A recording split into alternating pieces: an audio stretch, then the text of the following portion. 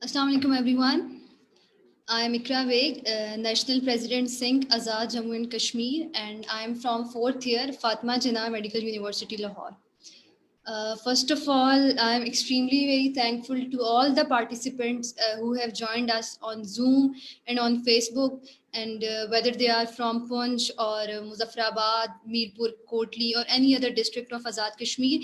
In fact, if they are from any part of Pakistan, thank you so much for joining us, for believing in us. And I'm also very thankful to all my dear speakers. Thank you for taking time out of your busy routines in order to guide your juniors, in order to guide these first year medical students. And I'm also very thankful to my worthy chairman, sir, and to every single member of my national cabinet, especially to my founder, from a founder, President Ali Hassan Malik, and to my national president, Singh Asifa Salim. Thank you so much, everyone, for joining us, for being with us. And your presence is actually an honor for Singh Kashmir. Thank you so much. So before moving on, I would like to invite Omar Jaral for the recitation of Holy Quran.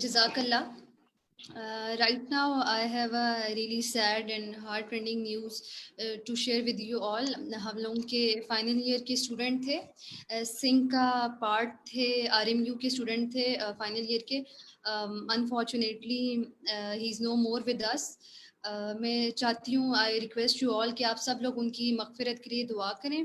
And I pray that Allah almighty grant him the highest ranks in Jannah, और Allah उनको और उनकी family को सब्र जमील अता करे. आप सब लोग प्लीज उनको अपनी दुआओं में याद रखिएगा. सब लोगों से रिक्वेस्ट है कि सूरह फातिहा कुल शरीफ पढ़ के 1 मिनट की खामोशी इख्तियार करें. आपकी स्क्रीन पे मैंने शेयर कर भी दिया है. अवैस असलम जो कि final year Rawalpindi medical university के स्टूडेंट थे, वो नॉन हॉजकिन लिम्फोमा को सफ़र करते हुए आज ज़ाइलाही से वफात पा गए. सब लोग रिसाइट प्लीज काइंडली रिसाइट अल्हम्दुलिल्लाह सूरह Fatiha and Qul Sharif for him and then 1 minute.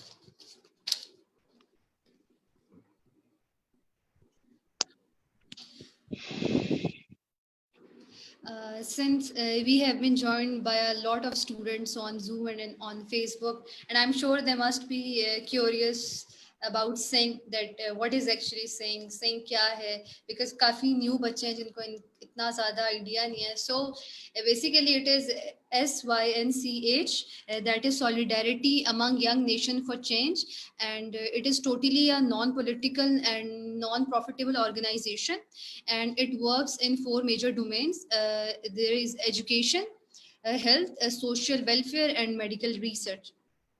And Sync has its units all over Pakistan, whether it's Punjab or it's Sindh, KPK, Balochistan, Kashmir. And Sync has its units in more than 40 medical colleges all over Pakistan, with more than 2,000 plus volunteers. So now the basic question that arises कि why is Sync doing all this work? मतलब कि वो basis क्या थी, वो concept क्या था कि जिसकी वजह से ये जो है ये सिंक हम लोगों ने स्टार्ट करी. तो असल बात जो थी कि Sync actually wants to promote a supportive culture in the society, because हम लोग चाहते हैं, सिंक चाहती है कि लोग अपनी डेवलपमेंट के साथ साथ एक दूसरे की डेवलपमेंट के बारे में भी सोचें, एक दूसरे की डेवलपमेंट के बारे में भी काम करें. बिकॉज ये वही मिशन था जो ताजदार मदीना हज़रत मोहम्मद सल्लल्लाहु अलैहि वसल्लम लेके इस दुनिया में तशरीफ़ लाए थे. ये वही ख्वाब था जो इलामा मोहम्मद इकबाल ने देखा था और इवेंचुअली कायद आज़म मोहम्मद अली जिन्ना ने उसको फुलफिल किया. और इस वजह से हम चाहते हैं कि सिंक के इस प्लेटफॉर्म के थ्रू हम लोग उन सब लोगों को जो कि पैशनेट हैं, जो कुछ करना चाहते हैं, जो असल इन रियल टर्म्स जो हैं, जो कुछ मेहनती हैं और इस मुल्क के लिए कुछ करना चाहते हैं, क्योंकि हम लोग का जो बेसिक एम है वो पाकिस्तान की डेवलपमेंट है, वो इस सोसाइटी की डेवलपमेंट है. तो इस चीज़ को, इस कल्चर को फॉर्म करने के लिए अल्हम्दुलिल्लाह 12 रबीउल अव्वल को, इट वाज 23 ऑफ दिसंबर 2015 जब हम लोगों ने सिंक को फॉर्म करा और ये RMU में सबसे पहले सिंक इस्टेब्लिश हुई.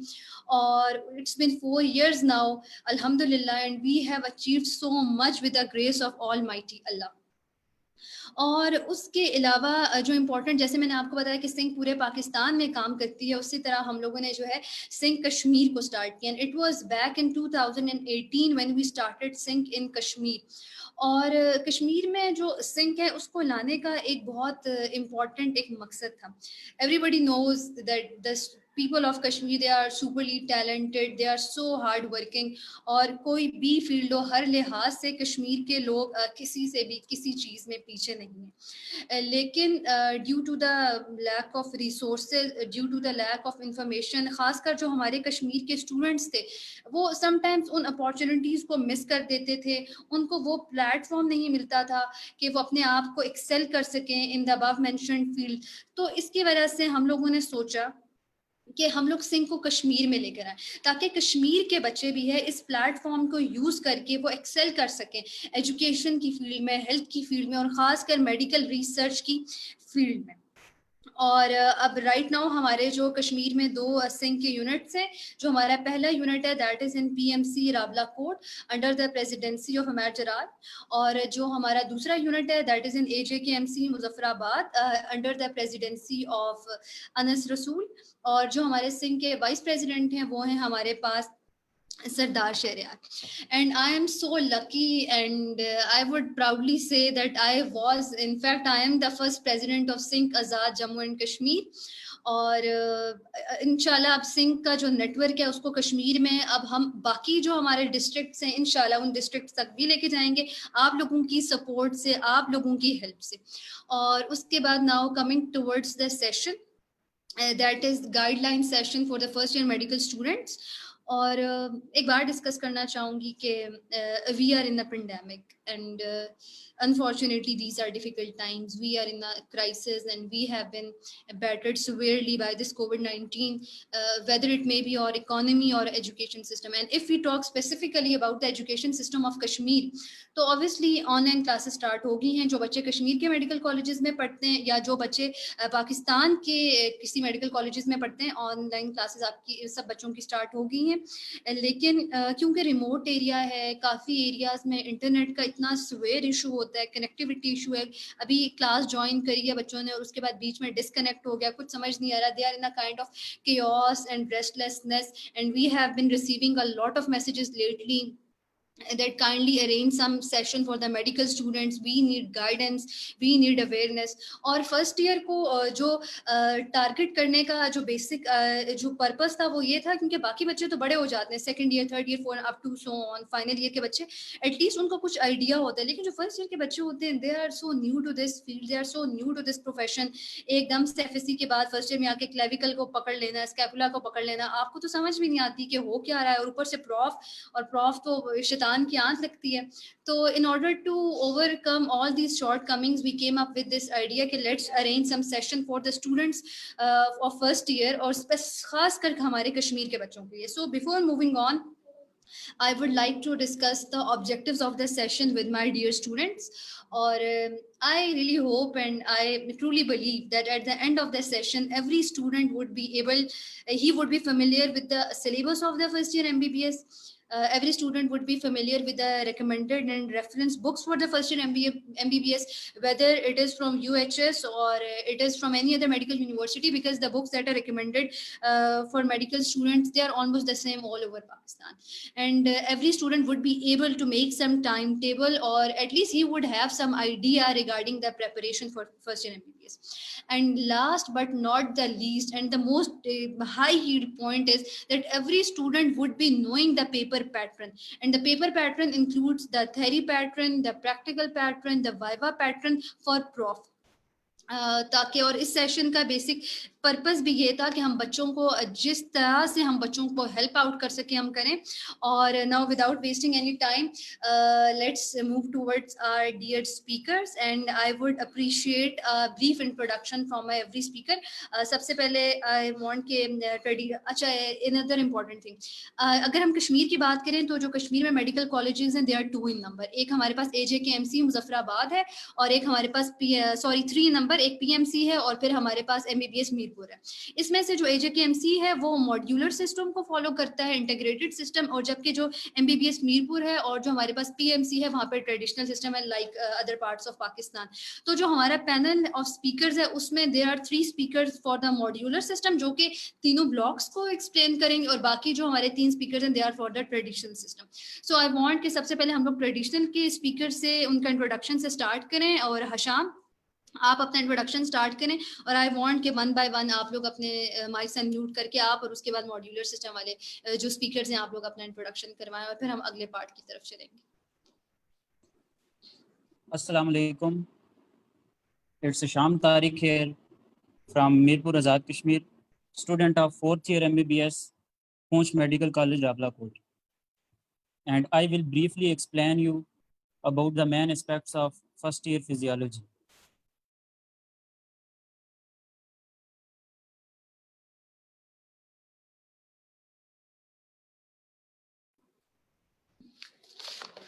हिना बसमा, 1 बाय 1 काइंडली आप भी अपना इंट्रोडक्शन करवा दें। Okay. Assalamu alaikum. I am Hina Fair, a student of 3rd year from Poonch Medical College, Rawalakot, and I want to thank the host and moderators, and specifically this Sync platform for arranging such sessions. And today I will tell you briefly about the guidelines regarding anatomy. Thank you. Assalamu alaikum. I am Basma Rashid, student of 3rd year MBBS at Poonch Medical College, Rawalakot, and I will guide you about biochemistry so that you don't face any problem regarding its preparation. Thank you. Inshallah. Let's go towards the modular. अब हम लोग के AJKMC से जो speakers हैं for the modular system, kindly अब आप लोग अपना इंट्रोडक्शन करवाएं along with your blocks. Bismillahirrahmanirrahim. I am Afaq Ahmed from 2nd year MBBS AJKMC, basically from Mansehra KPK, and I will guide you about the block 1. Block 1 में आपको मैं बताऊंगा, अगर आप पाकिस्तान के किसी भी मेडिकल कॉलेज में मॉड्यूलर सिस्टम के अंडर पढ़ रहे हैं तो मैं आपको ब्लॉक 1 के बारे में सब कुछ क्लियर करवा दूंगा। और AJKMC वालों के लिए स्पेशल है क्योंकि उनको सब्जेक्ट वाइज सारा कुछ क्लियर हो जाएगा, तो kindly join us and to clear everything. Thank you.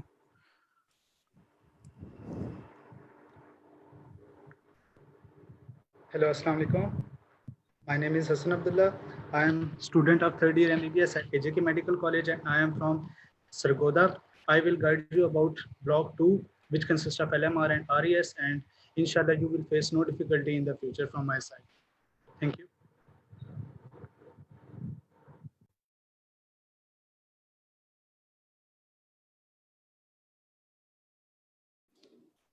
We are left with Kavish. Is Kavish with us?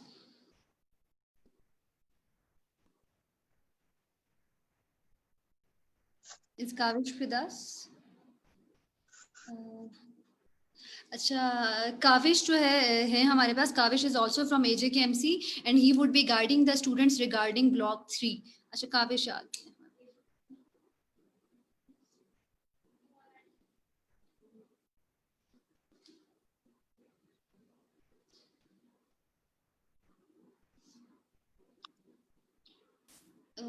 I think Kaavish का कोई इंटरनेट इशू आ गया, but he would join us soon and he would be guiding you guys about block 3.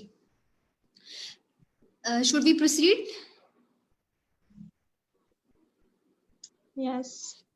Okay. Surely, now you should proceed. Thank you. Thank you so much, speakers, for the introduction. And let's go towards the second phase, जिसमें जो हमारे सारे speakers हैं वो one by one जो है उनको जो assigned subject है या module block है उसके बारे में बच्चों को guidance देंगे. सबसे पहले I request हशाम कि आप जो है वो physiology की एक पूरा layout और जो units हैं वो सारे बच्चों को बता दो, और उसके बाद जो recommended या reference books and that would help them for study, वो कौन सी बुक से स्टडी करें, और इस तरह फिर हम लोग सारे स्पीकर्स के पास वन बाय वन जाएंगे ताकि हम अपने सारे सब्जेक्ट्स को कवर करें. हशाम, आप सबसे पहले फिजियोलॉजी से स्टार्ट करें. अच्छा, सबसे पहले मैं फिजियोलॉजी की बुक सिलेक्शन डिस्कस करने लगा हूँ. फिजियोलॉजी की book selection as compare to anatomy and biochem थोड़ी सी इजी है, क्योंकि यूएचएस की रिकमेंडेड बुक जो है गाइटन, वो all over the Pakistan and even in the medical colleges of AJK वही फॉलो होती है. तो सबसे बेस्ट बुक है और वही रिकमेंडेड बुक है यूएचएस की, वो है गाइटन. गाइटन तो फर्स्ट ईयर के हर स्टूडेंट के पास होनी चाहिए.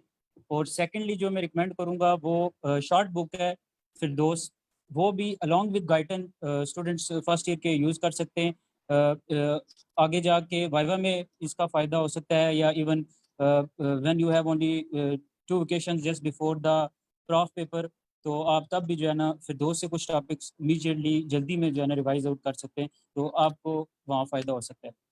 सेकेंडली मैं कोर्स थोड़ा सा डिस्कस करूँगा. सबसे पहले मैं एक ले आउट दूँगा कि कौन कौन से मेन यूनिट्स हैं फिजियोलॉजी के.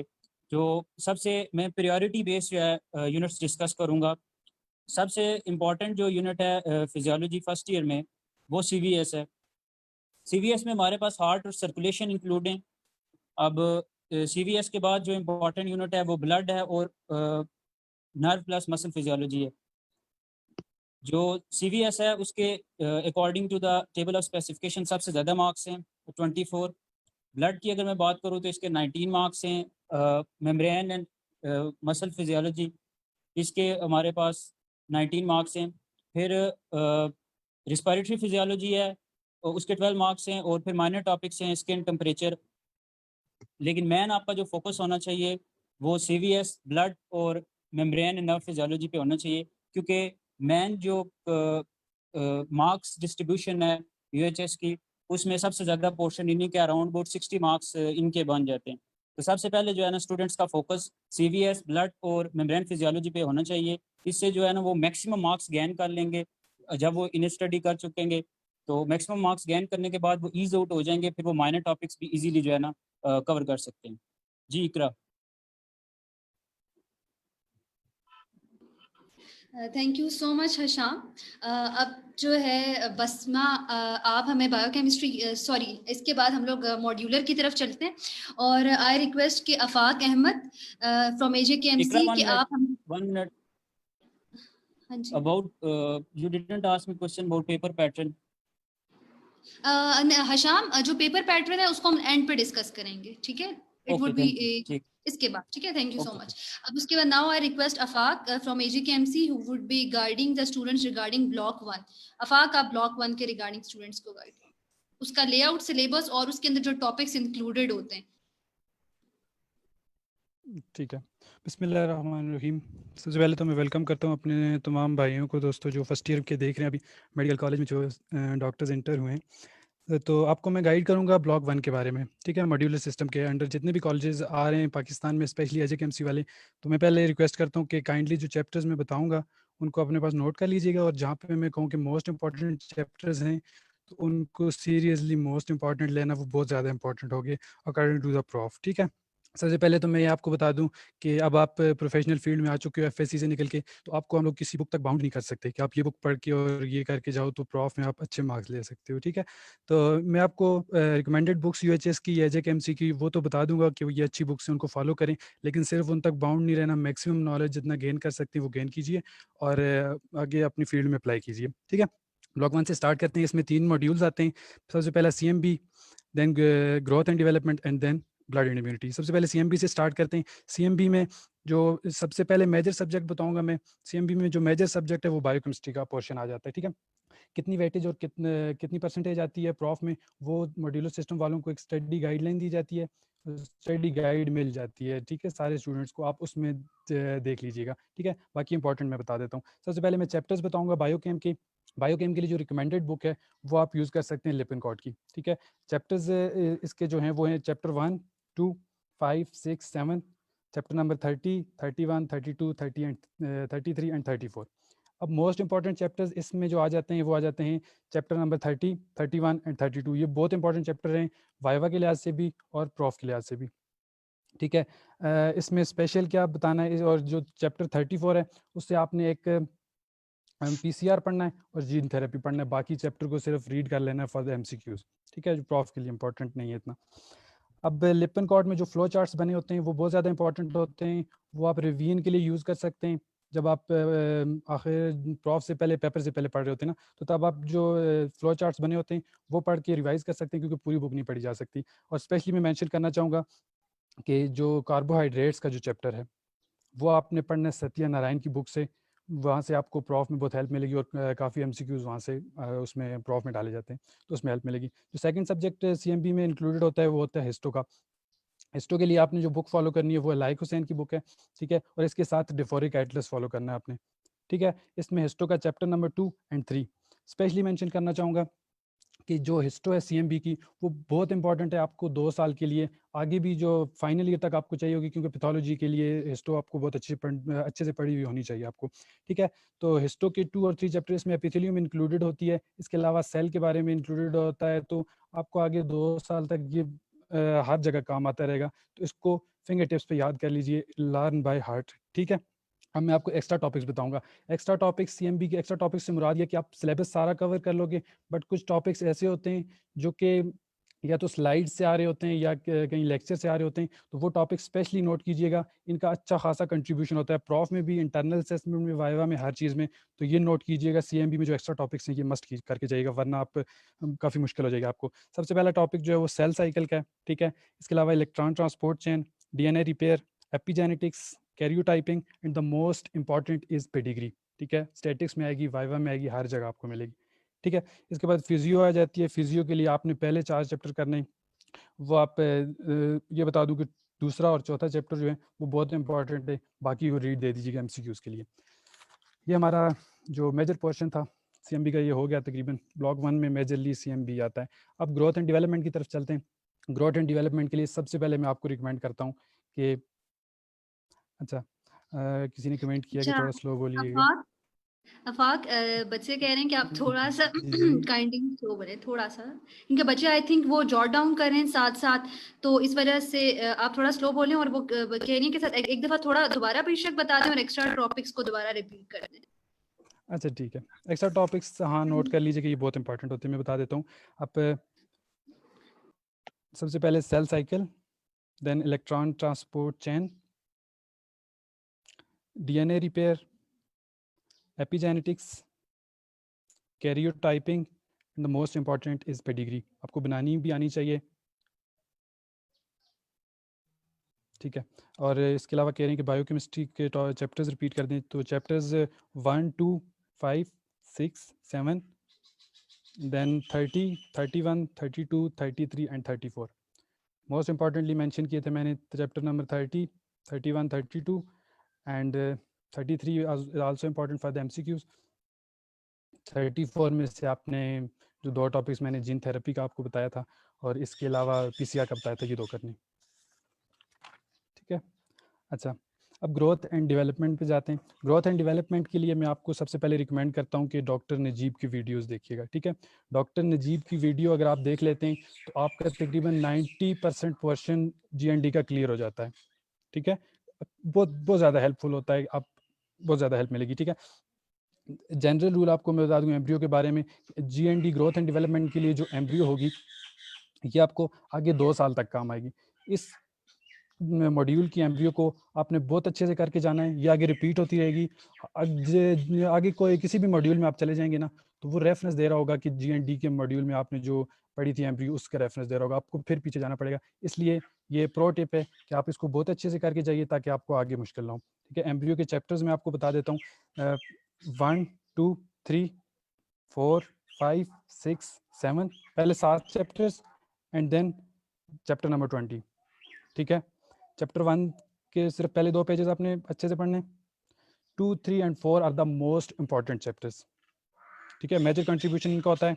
चैप्टर नंबर 5 एंड 6 इनमें आपने सिलेक्टिव नोट्स बना लेने और टेबल्स को सिर्फ याद करके जाना है, ठीक है। सिलेक्टिव नोट्स ताकि आपका प्रोफ के टाइम पे ज़्यादा टाइम ज़ाया ना हो, तो उस टाइम आप अच्छे से रिवाइज कर सको, ठीक है। एंड देन चैप्टर 20 जो कि सिंड्रोम्स वाला चैप्टर होता है और उसमें पूछा जाता है, तो वो आपने वाइवा और MCQs के लिए पढ़ के जाना है, ठीक है। ये आपको चैप्टर्स क्लियर हो गए। अब मैं एक्स्ट्रा टॉपिक्स की तरफ जाता हूँ जो कि आपको प्रोफ में रिपीट हो रहे होंगे। इसमें मोस्टली रिपीट हो रहा था एक्स क्रोमोसोम इनएक्टिवेशन का टॉपिक, ठीक है। ये काइंडली ज़रूर करके जाइएगा। और इसके अलावा आपसे मोस्टली पूछा जाता है काइमेरिज्म एंड मोसेसिज्म का डिफरेंस पूछा जाता है, ये पढ़ के जाइएगा अपनी बुक से, ठीक है। इसके लिए रिकमेंडेड बुक KLM है, MTU के लिए स्टैंडर्ड बुक है, इससे अच्छी बुक है। बट अगर आप कुछ टॉपिक आपको समझ नहीं आ रहा तो आप कंसल्ट कर सकते हैं, लैंगमैन की बुक है, वो थोड़ी इजी है तो उसको आप पढ़ सकते हैं, ठीक है। वरना स्टैंडर्ड बुक जो है वो KLM है, वहाँ तक रही है, वो बहुत अच्छी है। फिजियो के चैप्टर्स 82 एंड 83 चॉइस है आपके पास, पढ़ना चाहते हैं तो ठीक है, मगर इतना मेजर कंट्रीब्यूशन उसका नहीं होता। कॉन्सेप्ट क्लियर करने के लिए आप पढ़ सकते हैं, ठीक है, क्योंकि आगे फर्स्ट ईयर में दोबारा रिवाइज हो रहे होते हैं ये चैप्टर, तो आपके पास चॉइस होती है, ठीक है। अब हम लास्ट मॉड्यूल की तरफ चलते हैं। एवरीवन क्लियर, सबको क्लियर है? ब्लड एंड इम्यूनिटी की तरफ चलते हैं, ठीक है। अब blood and immunity last module होता है इसका, ठीक है। ये इजी मॉड्यूल है comparative to CMB and growth and development. तो ब्लड एंड इम्यूनिटी में मेजर सब्जेक्ट जो है वो फिजियो का होता है। फिजियो में आपने चैप्टर नंबर 33 से चैप्टर 37 तक 5 चैप्टर्स पढ़ने होते हैं फिजियो के, गाइटन से पढ़ने होते हैं, ठीक है। एंड ये मोस्ट इंपॉर्टेंट सारे चैप्टर, इनका एक एक वर्ड, एक एक टॉपिक, सब कुछ इंपॉर्टेंट है, कुछ भी छोड़ के नहीं जाना, ठीक है, बहुत इंपॉर्टेंट है। आप फिरदौस का पूछ रहे थे तो फिरदौस आप यूज़ कर सकते हैं, बट फर्दर रिव्यू, ठीक है। अगर आपने कॉन्सेप्ट बनाने, आपने वाइवा अच्छा देना है और अच्छे कॉन्सेप्ट पेपर में लिख के आने, तो आप पहले कंसल्ट कीजिए गाइटन एंड हॉल को, उससे आपके अच्छे कॉन्सेप्ट बन जाएंगे, सब कुछ क्लियर हो जाएगा। देन आप सिर्फ रिव्यू करने के लिए आप फिरदौस यूज़ कर सकते हैं। उसके अलावा फिरदौस इतनी ज़्यादा इंपॉर्टेंट नहीं होती है, वाइवा के लिए इंपॉर्टेंट हो सकती है। देन हम बायोकेम की तरफ चलते हैं। तो बायोकेम में चैप्टर्स में आपको बता देता हूँ अगेन, लिपनकॉट से चैप्टर नंबर 3 एंड चैप्टर 21, ठीक है। ये दोनों चैप्टर्स पूरे नहीं करने, हाफ करने। चैप्टर 3 से आपने क्या करना है, हीमोग्लोबिनोपैथीज पढ़ के जानी है एंड हीमोग्लोबिन की टाइप्स पढ़ के जानी है, अंडरस्टैंड। देन आपने चैप्टर 21 से जॉन्डिस पढ़ के जाना है and then heme synthesis and degradation पढ़ के जाना है। But heme synthesis and degradation के लिए मैं आपको कहूँगा कि हार्पर को प्रेफर करूँगा मैं, क्योंकि हमें टीचर्स ने बताई थी, तो हार्पर को प्रेफर कीजिए, वहाँ से पढ़ के जाइए, वहाँ से आपको MCQs में भी हेल्प मिलेगी और काफ़ी चीज़ों में हेल्प मिलेगी। एक्स्ट्रा टॉपिक्स काइंडली नोट कर लीजिएगा जो ब्लड इम्यूनिटी में आपको काम आएंगे। तो सबसे पहला जो टॉपिक है वो प्लाज्मा प्रोटीन। प्लाज्मा प्रोटीन आपको कई बुक्स से मिल जाएगी, लेकिन इस दफ़ा हमारे जो टाइम पे जो प्रॉफ आया था उसमें मेजर पोर्शन प्लाज्मा प्रोटीन का MCQs में था, और वो MCQs जो थे आपको तब सॉल्व कर सकेंगे आप ये मुश्ताक से पढ़ के जाएं, ठीक है। किसी भी बुक से पढ़ सकते हैं, अब मैंने पहले बताया, लेकिन मुश्ताक को प्रेफर करें क्योंकि उससे अच्छे MCQs बनेंगे और अच्छे क्वेश्चन बन सकते हैं, वो पढ़ के जाएं काइंडली, ठीक है। देन इम्यूनोग्लोबुलिन्स का टॉपिक पढ़ के जाना है आपने लाइक हुसैन से, ठीक है। And then last types of blood cells, ठीक है। Like types of blood cells का एक फिगर बना होगा लाइक हुसैन में, ठीक है। ये मोस्टली वाइवा में आ रहा होता है, ठीक है। आपको आइडेंटिफाई करना होता है कौन सी सेल का कैसा स्ट्रक्चर और क्या। तो वो आप काइंडली देख के जाइएगा। वो आपको स्टैटिक्स में भी आ सकता है, वाइवा में भी पूछा जा सकता है आपसे। तो ये था, इसके एक्स्ट्रा पॉइंट्स थे and I think it's enough. तो हाँ, ये हो गया, ठीक है, थैंक यू। अगर किसी का क्वेश्चन है तो thank comment you box so में पूछ मच। सकता है मेरे पास। Thank you so much Afaq. अच्छा, जो बच्चे अपनी क्वेरीज जो है नीचे चैट बॉक्स में बता रहे हैं, at the end of this session we would be having a question answer session.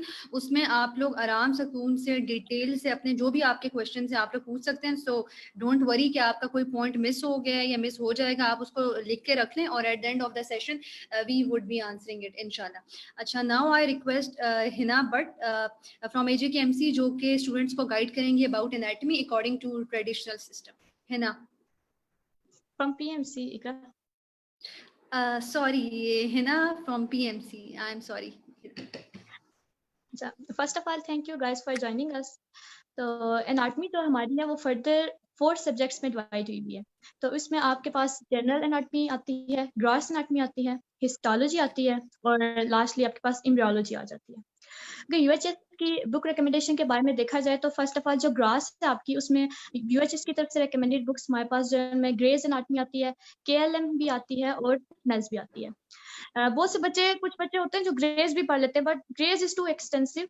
तो डेट्स पर मैं अक्सर बच्चों को KLM ही सजेस्ट करती हूँ, क्योंकि वो एक अप्रोप्रिएट बुक है और यूएचएस का जो सिलेबस आपको गिवन होता है ना, उसके मुताबिक वो आपके सारे टॉपिक्स कवर कर रही होती है।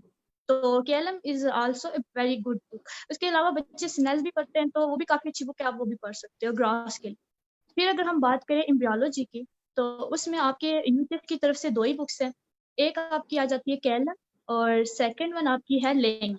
तो KLM is the best book again. Actually मैं यहाँ पे ये चीज मेंशन करना चाहती हूँ कि फॉर द पास्ट 2 और 3 इयर्स जो यूएचएस का पेपर आ रहा है ना, उसमें ये देखने में आ रहा है कि जो MCQs की लाइन होती है वो प्रॉपर KLM से आ रही होती है।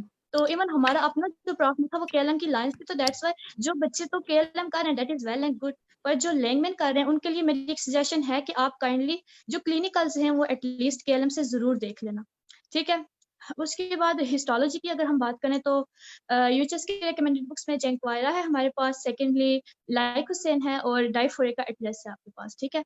और जेंक्वायरा अगेन काफी ज्यादा एक्सटेंसिव है, आपके लेवल पे इतनी एक्सटेंसिव बुक की जरूरत नहीं होती। ऑल्दो उसके कुछ टेबल्स हैं जो इंपॉर्टेंट है, बट आप जस्ट उनमें से गो थ्रू हो जाए, दैट्स इनफ। और लाइक हुसैन बहुत अच्छी बुक है, आपके MCQs लाइक हुसैन से कवर हो जाते हैं इजीली।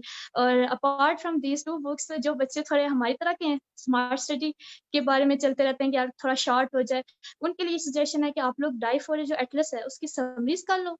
और जो लाइक हुसैन है उसमें कुछ बोल्ड लेटर्स होते हैं, बोल्ड वर्ड्स होते हैं, आप उनसे एक बार गो थ्रू हो जाओ तो आपका पेपर इजीली सॉल्व। और लास्ट वन हमारे पास जनरल एनाटमी है, इसकी एक छोटी सी बुक होती है आपके पास लाइक हुसैन, उसी में से आपका SCQ भी आता है और इसमें से आपका MCQ भी आ रहा होता है।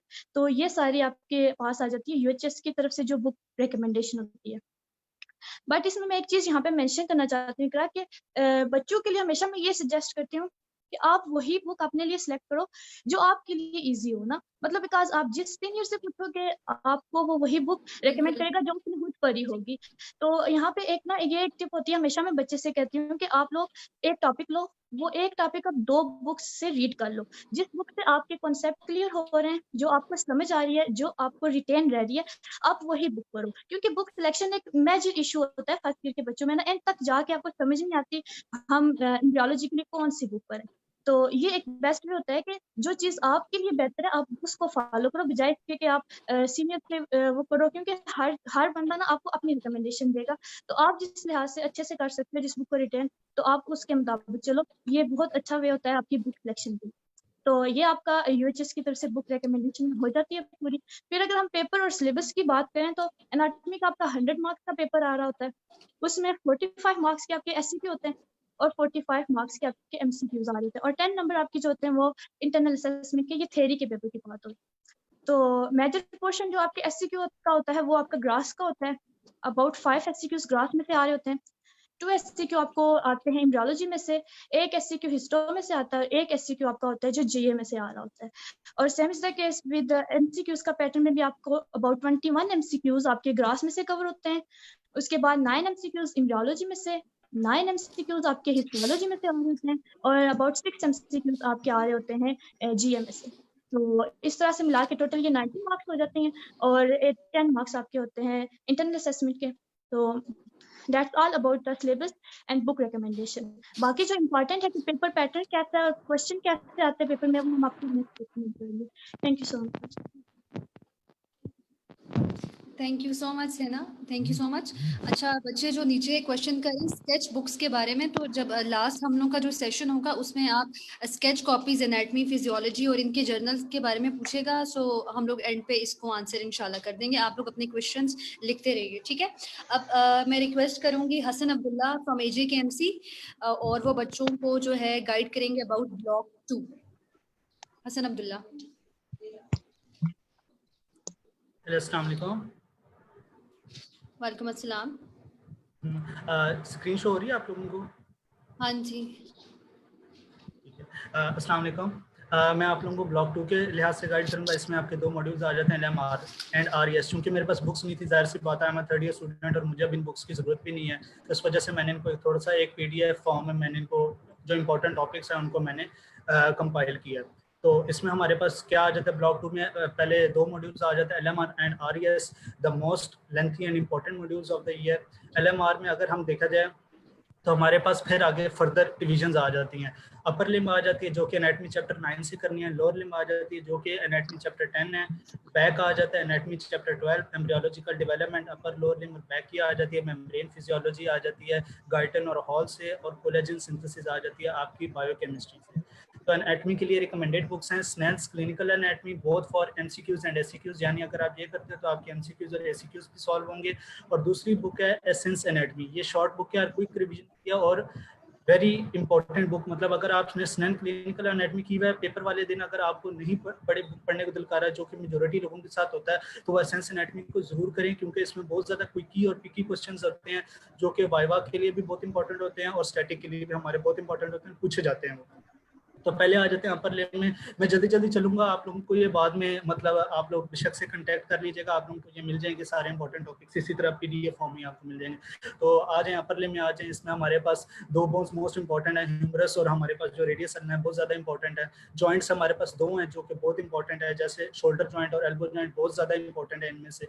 और एक्सिलरी रीजन हमारे पास काफ़ी इंपॉर्टेंट है. ब्रेस्ट का रीजन हमारे पास काफ़ी इंपॉर्टेंट है. स्कैपुलर रीजन हमारे पास काफ़ी इंपॉर्टेंट है. इनमें स्पेसिस दी हैं जैसे ये क्वाड्रेंगुलर ट्रायंगुलर स्पेसिस होगी, क्यूटेनियस नर्व सप्लाईज होगी, ब्रेकियल आर्टरीज. मतलब अपर लिम्ब में से जो है ना आपने blood supply full surface anatomy के साथ आपने करनी है. क्योंकि ये वाइवा में भी पूछी जाएगी या आपसे स्टैटिक में भी इसी तरह मतलब डायग्राम्स आएंगे और पूछा जाएगा कि हाँ यहाँ पर अगर है तो इस ब्रांच का क्या नाम होगा, यहाँ पर है तो इसका क्या नाम होगा. दूसरी बात है अपर और लोअर लिम्ब में जो जॉइंट्स हैं वहाँ पे शोल्डर जॉइंट और एल्बो जॉइंट मोस्ट इंपॉर्टेंट हैं इन सब जॉइंट्स में से. इनके खासतौर पे लिगामेंट्स और जो है ना इनके हमारे पास मूवमेंट्स बहुत ज़्यादा पूछी जाती हैं. और जो है हमारे पास अपर लिम्ब की अगर देखी जाए नर्व्स मेनली हमारे पास एक्सिलरी नर्व आ जाती है, मस्कुलोक्यूटेनियस नर्व है, रेडियल नर्व है, अल्नर नर्व है. ये हमारे पास बहुत इंपॉर्टेंट है इन चारों नर्व्स. इन चारों नर्व्स की आपको क्यूटेनियस डायग्राम्स आनी चाहिए कि हाँ ये किस तरह से इनर्वेट करती हैं. और इन चारों नर्व का आपको कोर्स आना चाहिए. इन चारों नर्व्स की आपको एबनॉर्मेलिटीज आनी चाहिए कि हाँ अगर यहाँ पे पियर्स हो जाएगी तो कौन सी पाल्सी होगी, यहाँ पे हो जाएगी तो कौन सी डिजीज होगी. इसी तरह ये 4 arm joints of the upper limb. Muscle tables, अगर LMR में बच्चों को सबसे ज्यादा किसी भी चीज की डिफिकल्टी आती है ना तो मसल टेबल्स के लिहाज से होती है. जाहिर सी बात है काफी कम्प्लेक्स और लीथल किस्म के मतलब मसल टेबल्स दिए हैं. तो बच्चे जो होते हैं वो कहते हैं कि हमसे सारे नहीं होते, ओरिजिन इंसर्शन नहीं होते इस तरह करके. तो इसमें से मैंने ये मसल टेबल्स जो मतलब इंपॉर्टेंट थे मैंने वो निकाले हैं. जैसे हमारे पास है मसल टेबल 9.1, ये आपको बुक में एज इट इज ऐसे मिल जाएंगे. यहाँ पे मैंने इसी तरह लिख दिया. ये कंप्लीट करना है वेरी इंपॉर्टेंट. जानी ये आपने इंसर्शन भी करनी है, इसकी आपने ओरिजिन भी करनी है, इंसर्शन भी करनी है, नर्व सप्लाई भी करनी है और मसल एक्शन भी करनी है, क्योंकि इसी तरह पेपर में आया हुआ है. 9.2 में से आप देख लें मैंने सिर्फ ट्रेपेजियस को हाईलाइट किया हुआ है, बाकी सब मसल्स MCQs के लिए है. 9.3 भी आपने कंप्लीट करना है और इसमें मैंने स्पेशली नीचे लिखा हुआ rotator cuff is very important. Rotator cuff के चारों मसल्स जो हैं बहुत इंपॉर्टेंट है और ये हमारे पास्ट क्वेश्चंस में बहुत ज्यादा मतलब पास्ट पेपर में हमारे पास बहुत बार पूछा गया और इवन हमारे पेपर में भी आया होता. उसके बाद 9.5 भी कंप्लीट है. 9.6 इज फॉर MCQs और 9.9 is the muscles of palm, thumb and little finger, and it is the question that is most frequently asked in our ACQ paper. उसके बाद थीरीज में अगर नीचे देखा जाए तो मैंने इसमें लिखा हुआ है कि अगर आपको किसी की थ्योरी मतलब फुल आपने करनी है, मतलब इस थ्योरी में से पूछा जाएगा तो क्यूबिटल फोसा, फ्लेक्सर रेटिकुलम है, एनाटॉमिकल स्नफ बॉक्स आ गई, elbow anastomosis, palmar aponeurosis and etcetera etcetera. और ये मैंने सारा सरफेस एनाटॉमी की भी हाईलाइट कर दिया कि brachial artery, axillary artery, medial radial nerve, ulnar nerve और जो है पामर सुपरफिशियल पामर आर्च, मतलब इनकी आपने करनी है। इंपॉर्टेंट क्लिनिकल्स अगर देखे जाए तो ये मैंने सारे हाईलाइट किए हैं, विच इज मिल्क, पॉलीथीलिया हो गया, प्यूडियोरेन सिंड्रोम हो गया। तो ये एज इट इज ये मतलब ये हमारा अपर लिम इस तरह से कवर हो जाता है। फिर लोअर लिम आ जाता है, तो लोअर लिम में भी जॉइंट्स तो बहुत सारे हैं, लेकिन अगेन दो जॉइंट इंपॉर्टेंट हैं जो मेन है। एक फीमर वो हमारे पास हिप जॉइंट आ गया और दूसरा हमारे पास आ गया नी जॉइंट आ गया। और बिल्कुल सेम वही टेक्निक होगी कि इनके भी लिगामेंट्स और रोटेशन जो है मतलब मूवमेंट्स जो है वो बहुत मोस्ट इंपॉर्टेंट होंगी। लोअर लिम की भी एज इट इज जो हमारे पास होगी क्यूटेनियस इनर्वेशन, जितनी भी नर्व्स की होगी, ऑपरेटर, शियाटिक, इन सब की बहुत ज़्यादा इंपॉर्टेंट है। लोअर लिम की जो ब्लड सप्लाई है वो भी एज इट इज बिल्कुल ऐसे ही इंपॉर्टेंट होगी जिस तरह आपने करनी है।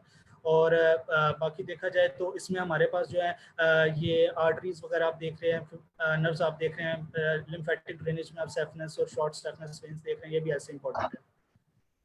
उसके बाद आ जाए मसल टेबल्स, इसके भी मैंने एज इट इज बनाए हैं कि जो कंप्लीट करने हैं वो आपने हर हाल में करने ही करने हैं। मतलब उसमें से आपने, मैंने अब जिस तरह 10.1 के आगे लिखा है कि कंप्लीट आपने करना जरूर है, लेकिन मैंने क्या लिखा, by the way gluteal muscles are very important, क्योंकि ये तीनों ही पूछी जाती है कि तीनों ग्लूटियस मैक्सिमस, माइनर और ये हमारे पास बता दें, ये मोस्ट इंपॉर्टेंट होते हैं। बाकी आपने एमसीक्यूज के लिए रीड करना है। उसके बाद इसके क्लिनिकल्स आ जाते हैं, fractures of femur, gluteus Maximus, varicose veins और ये great safeness when cut down वगैरह एक्सेट्रा एक्सेट्रा, ये सारे आपके इस तरह इंपॉर्टेंट आ जाएंगे। फिर बैक आ जाते हैं, तो बैक जो है अगर हमारे प्रॉब्लम में सबसे ज़्यादा किसी का टफ पेपर आता है ना एनाटॉमी पोर्शन में से, तो वो बैक का पूछा जाता है। अपर और लोअर लिम्ब के स्ट्रेट फॉरवर्ड क्वेश्चंस पूछे जाते हैं, जबकि बैक में से बहुत ज़्यादा पिकी क्वेश्चंस पूछे जाते हैं। मतलब बंदे को आ भी रहा होता है ना, वो सवाल इस तरह से करते हैं कि बंदा खुद ही अपने आंसर के अंदर ही कंफ्यूज हो जाता है। तो आपने बैक का टॉपिक बहुत अच्छी तरह से करना है और इसमें से कोई गुंजाइश नहीं, आपने बिल्कुल कुछ नहीं छोड़ना है। बैक मतलब है ही 5 से 6 सफ़ों की है और वो आपने सारे टॉपिक्स करने हैं, जैसे मैंने सारे हाईलाइट भी किए हैं। मैं इंपॉर्टेंट क्लिनिकल्स आप देखने का, फोसिस, लॉर्डोसिस, स्कोलियोसिस, ये तो मोस्ट इंपॉर्टेंट है। जेफरसन और हैंगमैन फ्रैक्चर, ये हमारे रिटन के, एमसीक्यू के और वाइवा के और स्टैटिक के सब के क्वेश्चन हैं इस तरह। Hasan ji Hasan, sorry to interrupt you. Facebook live पे भी और फेसबुक लाइव पे कुछ बच्चे जो पाकिस्तान से ज्वाइन कर रहे हैं, थोड़ा कह रहे हैं कि अगर आप स्लोली बोलें, वो कीनली आपकी स्लाइड्स देखें तो वो कह रहे हैं थोड़ा आहिस्ता आप अगर बोलें। कोई बात नहीं, टाइम मैनेजमेंट काम कर लेंगे, आप थोड़ा स्लो अगर बोल करें तो ठीक है इंशाल्लाह। अच्छा उमर भाई, आप उनको ये बता दें कि अगर उनको मतलब इसमें कोई इशू हो रहा है ना, तो ये प्रेजेंटेशन में दे दूंगा, ऐसे ही मिल जाएगी इंपॉर्टेंट टॉपिक्स की, उनको चाहिए होगी गूगल ड्राइव मैं पे ये कर शेयर कर देंगे, लेकिन आप फिर भी थोड़ा सा स्लो बोलिए ताकि उनको ना थोड़ा सा ओके ठीक है thank you so much. Okay ठीक है। अच्छा नेक्स्ट हमारे पास आ जाता है फिजियोलॉजिकल पोर्शन, जो आ जाता है एलएमआर का। इसमें रिकमेंडेड बुक गाइटेन और हॉल आ गई, जो कि मेनली हमारे पास बहुत एमसीक्यूज और एसीक्यूज आएंगे। और दूसरी हमारे पास आ जाती है फिरदौस जो है वो हमारे पास मेनली एसीक्यूज है, क्योंकि आपके एमसीक्यूज फिरदौस से नहीं होते। तो इसमें हमारे पास मेम्ब्रेन फिजियोलॉजी आ जाती है, जैसे इसमें मैंने इंपॉर्टेंट टॉपिक्स हाईलाइट किए हैं, ionic concentration, sodium, potassium, calcium, chloride की, ऐसे ही एक नंबर के क्वेश्चन पूछे जाते हैं, इवन एमसीक्यूज में पूछी जाती हैं। Structure of the cell membrane पूछा जाता है। फिर एक्टिव ट्रांसपोर्ट, जितनी भी हमारे पास होगी, डिफ्यूजन होगी, ऑस्मोसिस होगी, सेकेंडरी एक्टिव ट्रांसपोर्ट होगी, वो पूछे जाते हैं। फिर मोस्ट इंपॉर्टेंट क्वेश्चन जो कि हमारे पास इनमें से पूछा जाता है फिजियोलॉजी ऑफ द एलएमआर में से, वो है membrane potentials and muscle potentials. Membrane का भी आपने एक्शन और resting potential as it is करना है, और जो हमारे पास है मसल का भी आपने मेम्ब्रेन और action potential as it is करना है। इनमें मतलब ये 5 नंबर के इसी तरह सवाल आएंगे, इसमें कोई भी फास्ट फॉरवर्ड क्वेश्चन नहीं आएगा, ये इसी तरह आ जाएगा, क्वेश्चन कर देगा वो राइट अ शॉर्ट नोट या डिस्क्राइब या एक्सप्लेन मेम्ब्रेन एक्शन पोटेंशियल, इस तरह करके ये एज इट इज आ जाएंगे। फिर यहाँ पे नर्स पोटेंशियल और नर्स इक्वेशन और गोल्डमैन इक्वेशन है, ये 2 नंबर के सवाल में आ जाती है। फिर stages of action potential and stimuli of action potential are very very important. ये आपके वाइवा के भी क्वेश्चन हैं और ये आपके रिटन के भी क्वेश्चन है, ये एज इट इज पूछे जाते हैं। रिफ्रैक्टरी पीरियड और इसकी टाइप्स, ये भी रिटन में पूछे जाते हैं। फिर नर्व फाइबर्स और उनके स्ट्रक्चरल कंपोनेंट, ये हमारे पास पास्ट में बहुत बार क्वेश्चन आता है कि आप न्यूरॉन की डायग्राम बनाएं। ये हम एफएससी से पढ़ते आ रहे हैं, हमारी बुक में नहीं ये बनी होगी, लेकिन ये आपको एफएससी टाइम की उठानी पड़ेगी। न्यूरॉन की डायग्राम बहुत इंपॉर्टेंट है और ये 5 नंबर में पूछी जाती है। ये हिस्टोलॉजिकली भी इंपॉर्टेंट है और वैसे ही ग्रॉस अगर आपने मतलब बॉल पॉइंट वगैरह से ड्रॉ करने उस लिहाज से भी इंपॉर्टेंट है। Saltatory conduction again a famous question of viva. उसके बाद देखी जाए ये छोटे छोटे टॉपिक्स हैं, रियो बेस, यूटिलाइजेशन टाइम, क्रोनेक्सी, ये एक एक नंबर के क्वेश्चंस हैं। स्केलेटल मसल, अब आपका मतलब मेन अब मसल फिजियोलॉजी स्टार्ट होती है। स्केलेटल मसल में आ जाती है, स्केलेटल मसल की पहले जिनके आगे मैंने लिखा हुआ है ना कंप्लीट डिस्क्रिप्शन, मतलब वो एसीक्यू के लिहाज से भी इंपॉर्टेंट है और एमसीक्यू के लिहाज से भी इंपॉर्टेंट है। अब मेरे लिए अगर पॉसिबल होता तो मैं यहाँ पर आपको वो लाइंस हाईलाइट करके लिख देता, लेकिन चूंकि मेरे पास बुक्स नहीं है, मैंने कुछ जो मुझे खुद याद थी और कुछ जो पीडीएफ फॉर्म में थी मैंने वहाँ से की है, तो इस वजह से मैंने कंप्लीट डिस्क्रिप्शन आके लिख दी। मतलब ये एसीक्यू के लिहाज से भी इंपॉर्टेंट है और एमसीक्यू के लिहाज से भी इंपॉर्टेंट है। स्लाइडिंग फिलामेंट मॉडल आ जाता है। Walk along theory is again a very important question. Sliding filament model and walk along theory very very important question. Molecular events, ये वाइवा का बहुत फेमस क्वेश्चन है। Fenn effect, very important question of viva. Fast versus slow fibres, very important question. Isometric and isotonic contraction, very important question. ये भी as it is 5 marks में पूछे जाते हैं। मोटर यूनिट डायग्राम के लिहाज से पूछा जाता है। फिर उसके बाद फर्क पूछा जाता है टेटेनाइजेशन एंड ट्रेकिंग, इसमें मतलब बहुत ज़्यादा बेसिक पूछा जाता है कि हाँ इनमें क्या क्या फ़र्क है। उसके बाद rigor mortis, very important question of viva as well as written. Starling law, very important question of viva as well as written. उसके बाद आज जो neuromuscular junction and its components, ये मैं बात कर रहा हूँ साइनेप्स की। साइनेप्स इज वेरी इंपॉर्टेंट, ये डायग्रामेटिकली वाइज भी पूछा जाता है। Draw the structurally draw synapse, उसके कंपोनेंट्स आपको हाईलाइट करने पड़ते हैं यानी लेबल करने पड़ते हैं, और ये वैसे भी वाइवा में पूछा जाता है। और स्टैटिक में भी फॉर मॉड्यूलर, मतलब मुझे उनका नहीं पता जो ट्रेडिशनल में पढ़े हैं, लेकिन जो मॉड्यूलर में होते हैं वहाँ पर ये डायग्राम आती है साइनेप्स की, और वहाँ पर ABCD करके उन्होंने लेबल किया होता है। कहते हैं कि वो लेबल द ABC, वो होती है 5 मार्क्स की हमें डायग्राम आती होती है। फिर आ जाए स्मूथ मसल की तरफ। स्मूथ मसल में हमारे पास आ जाता है multi and visceral smooth muscle. ये हमारे टाइम का प्रॉफ का क्वेश्चन है और हमारे से पहले भी ये 4 बार रिपीट हो चुका है पेपर में, बहुत इंपॉर्टेंट है। Multi versus visceral smooth muscle, very very important. उसके बाद आ जाए एक्शन, आपको मैं पहले बता चुका हूँ कि एक्शन पोटेंशियल और जो membrane action resting potential of both muscle as well as membrane, आपने सारे के सारे करने हैं, इनमें कोई भी रियायत नहीं, आपने सारे करने हैं, क्योंकि इनमें से कहीं से भी क्वेश्चन आ सकता है, तो इससे ये आपने कोई भी आपने चॉइस पे नहीं छोड़ना।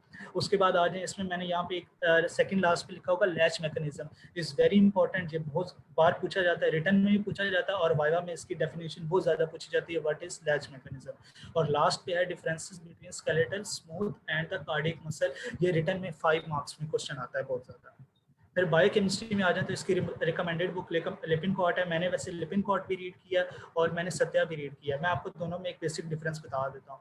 लिपिनकॉट जो है ना, मतलब एक तरह से समझ लो सत्या की जो है शॉर्ट बुक है, क्योंकि लिपिनकॉट में टेबल्स ज़्यादा हैं और थ्योरी कम है, जिसकी वजह से आपको बहुत ज़्यादा ईजी होता है, मतलब बहुत आसानी होगी, क्योंकि प्रॉफ में आपके पास टाइम की बहुत कमी होती है। हमारा जो पेपर आता है ना, वो इस लिहाज से आता है कि 100 MCQs आते हैं जिनके लिए 100 ही मिनट्स होते हैं, और 100 मार्क्स का SCQ आता है पेपर जिसके लिए 100 ही मिनट्स होता है, मतलब 200 मिनट्स का आपका पेपर होता है, जिसमें से 100 MCQ के लिए होते हैं और 100 SCQ के लिए होते हैं। अब SCQ में 10 क्वेश्चन आएंगे। अब 10 क्वेश्चन मतलब हर क्वेश्चन को आपने 10 मिनट्स देने हैं, तो उसमें आप जितना फ्लो चार्ट और जितना आप डायग्राम्स का सहारा लेंगे उतना अच्छा होगा, क्योंकि एग्जामिनर्स बहुत खुश होते हैं जब वो देखते हैं कि किसी ने फ्लो चार्ट बनाया। अगर आप थ्योरी लिखते हैं ना, तो एग्जामिनर यही सोचेगा इसने रट्टा मारा है, इसको नंबर दे दो, 2 दे दो, 3 दे दो, 4 दे दो, जितने मर्जी अपने नंबर। लेकिन अगर आपने डायग्राम बनाई है ना, तो उसके माइंड में पहली बात यही जाएगी कि बच्चे ने समझा है और उसने डायग्राम बनाई है, और वो मतलब ऊपर वाले लेवल पे आके बताने की कोशिश कर रहा है कि हाँ भाई थ्योरी शीरी में कुछ नहीं रखा, आप डायग्राम्स को देखो इस तरह करके। तो Lippincott is very best. No doubt Punjab में सत्या पढ़ाई जाती है, मैंने खुद भी मतलब देखी है, पंजाब में सत्या को बहुत ज़्यादा प्रमोशन मिलती है, लेकिन अगर आप AJ से हैं तो Lippincott is the best book for you. इसमें आ जाता है हमारे पास इंपॉर्टेंट टॉपिक कोलेजन का है। ये 4 to 5 पेजेस का ये टॉपिक है और वेरी वेरी इंपॉर्टेंट, मैंने इसके आगे लिखा है।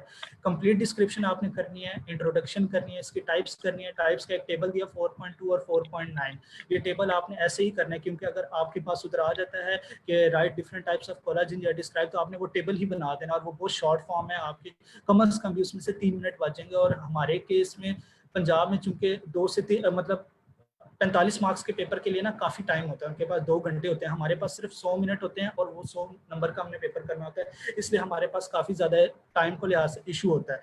तो ये आपके मतलब उस वक्त एक एक मिनट भी बहुत इंपॉर्टेंट होगा। अगर आप डायग्राम्स और फ्लो चार्ट्स जितने ज़्यादा बनाएंगे आपको उतना ज़्यादा आपके पास टाइम की बचत होगी।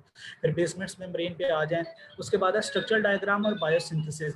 ये जो है ना, आपने इसकी स्ट्रक्चर जो है, कोलेजन का स्ट्रक्चर 2 मार्क्स में हमेशा ड्रॉ करने के लिए आता होता है, मतलब बहुत ज़्यादा आया है ड्रॉ करने के लिए।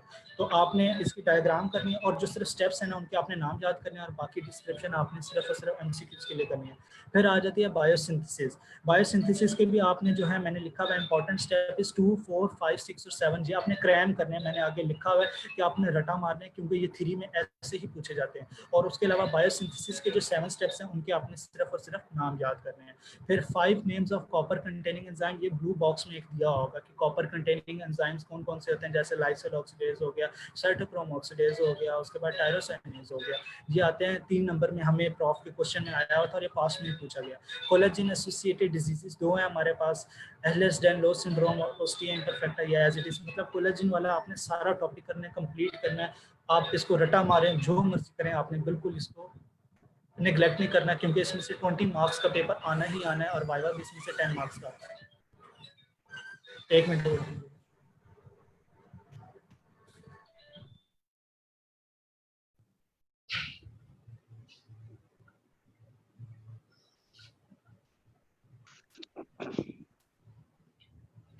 तो उसके बाद आ जाता है, नेक्स्ट आ जाता है RES आपका। REX में थोरेक्स पार्ट 1, पार्ट 2 आ जाता है, नोज, लेरिंक्स एंड फेरिंक्स आ जाता है, एनाटमी से रेस्पिरेटरी फिजियोलॉजी आ जाती है, मेटाबॉलिक अल्कोलोसिस, एसिडोसिस और रेस्पिरेटरी अल्कोलोसिस, एसिडोसिस, ये आपकी बायोकेम के टॉपिक्स है। इंपॉर्टेंट टॉपिक्स अगर थोरेक्स पार्ट 1 में से ले लिया जाए तो आपके सामने है स्ट्रक्चर। अच्छा, एक मैं इस लिहाज से आपको एक बात बताना चाहूँगा, LMR में ठीक है मैंने आपको बहुत ज़्यादा चॉइसेस दी, आप बुक खोलेंगे ना तो आपको पता लगेगा कि मतलब मैंने आपको कितना शॉर्ट करके इधर इंपॉर्टेंट टॉपिक्स बताए हैं। अब चूंकि एक वैसे ही आप नोट करें कि जिस चीज़ का कोर्स जितना ज़्यादा होता है ना उसमें उतनी ज़्यादा चॉइस आ जाती है। जैसे अब LMR जो साल का लंबा 3 मॉड्यूल है, एनाटमी उसमें ठूस कर भरी हुई है, तो उसमें बहुत ज़्यादा मतलब आपके पास चॉइस आ जाती है कि आप ये वाले इंपॉर्टेंट टॉपिक करने, ये करने, ये छोड़ दें, वो नहीं आना, सो नहीं आना। लेकिन RES में जो है बहुत शॉर्ट है, कोर्स बहुत शॉर्ट है, और इसी लिहाज से जो है ना आपने इंपॉर्टेंट टॉपिक्स उतने ज़्यादा बढ़ जाएंगे। तो इसमें आपने इसको MCQs और ACQs वाइज बिल्कुल निगलेक्ट नहीं करना। यानी आप ये कहें कि मैं ये टॉपिक छोड़ देता हूँ, इसमें से कुछ नहीं आना, उसमें से क्या पता 3 से 4 MCQs आ जाए, आपको कितना फ़ायदा होगा उसका। तो यही बात है। अब मैं जिस तरह आपको बताया है, structure of thoracic wall, complete description, ribs, typical rib हो गए, joints of the chest wall हो गए, thoracic outlet and its boundaries आ गई। फिर आते जाएं तो इंटरकोस्टल मसल्स, एंडोथोरेसिक फेशिया हो गए, इंटरकोस्टल आर्टरीज और veins, intercostal nerves and it's branches. Names only मैंने आगे मेंशन किया है ताकि आप लोगों को डिफिकल्टी ना हो, क्योंकि इनके सिर्फ और सिर्फ नाम आते हैं। फर्स्ट और सेकंड इंटरकोस्टल नर्व का वैसे पूछा जाता है कि हाँ ये क्या है। Inspiration and its types involve in inspiration, expiration और उसकी जो टाइप्स होती हैं इंस्पिरेशन में वो इन्वॉल्व होती हैं।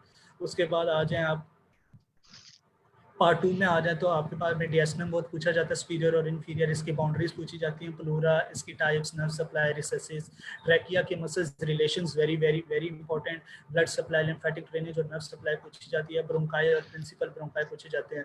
फिर यहाँ पे एक क्वेश्चन है मैंने मार्क किया हुआ है, bronchopulmonary segments, very important, prof के लिहाज से हमेशा पूछा जाता है।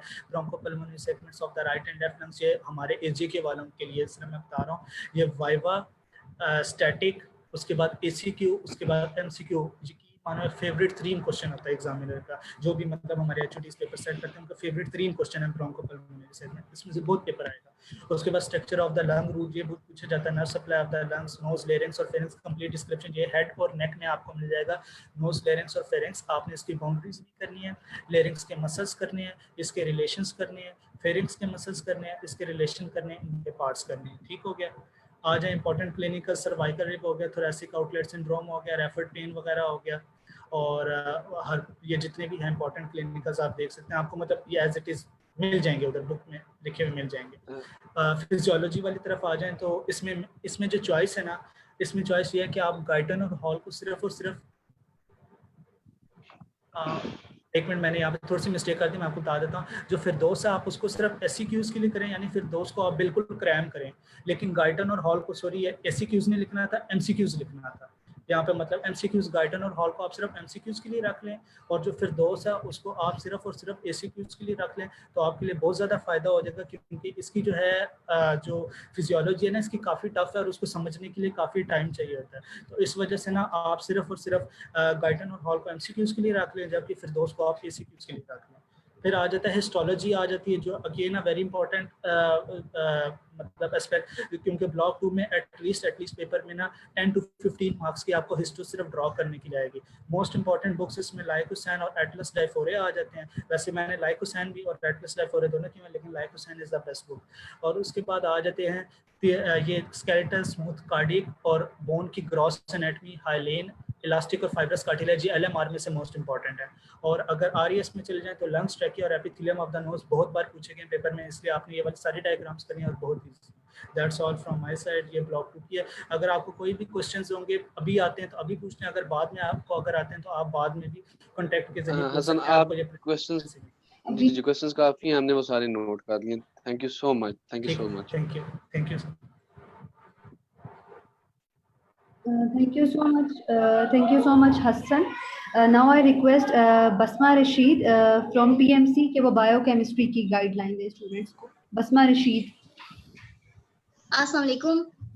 सबसे पहले तो मैं आपको रिकमेंडेड बुक्स के बारे में बताऊंगी जो UHS ने दी हुई हैं। उनमें सबसे पहले हार्पर है और लिपनकार्ट, लेकिन हम मोस्टली लिपनकार्ट और सत्या फॉलो करते हैं, क्योंकि जो UHS का सिलेबस है वो मोस्टली इन्हीं दो बुक से कवर होता है। सबसे पहले तो मैं ये बताऊंगी कि ये मैं जो गाइडलाइन शेयर कर रही हूँ ये ट्रेडिशनल सिस्टम के लिए है। मॉड्यूलर इस सिस्टम इज समथिंग डिफरेंट। तो सबसे पहले मैं ये बताऊंगी कि UHS का जो सिलेबस है वो बहुत डाइवर्स है। वो कभी भी आपका एक बुक से कवर नहीं होता, कभी भी दूसरी बुक से कवर नहीं होगा।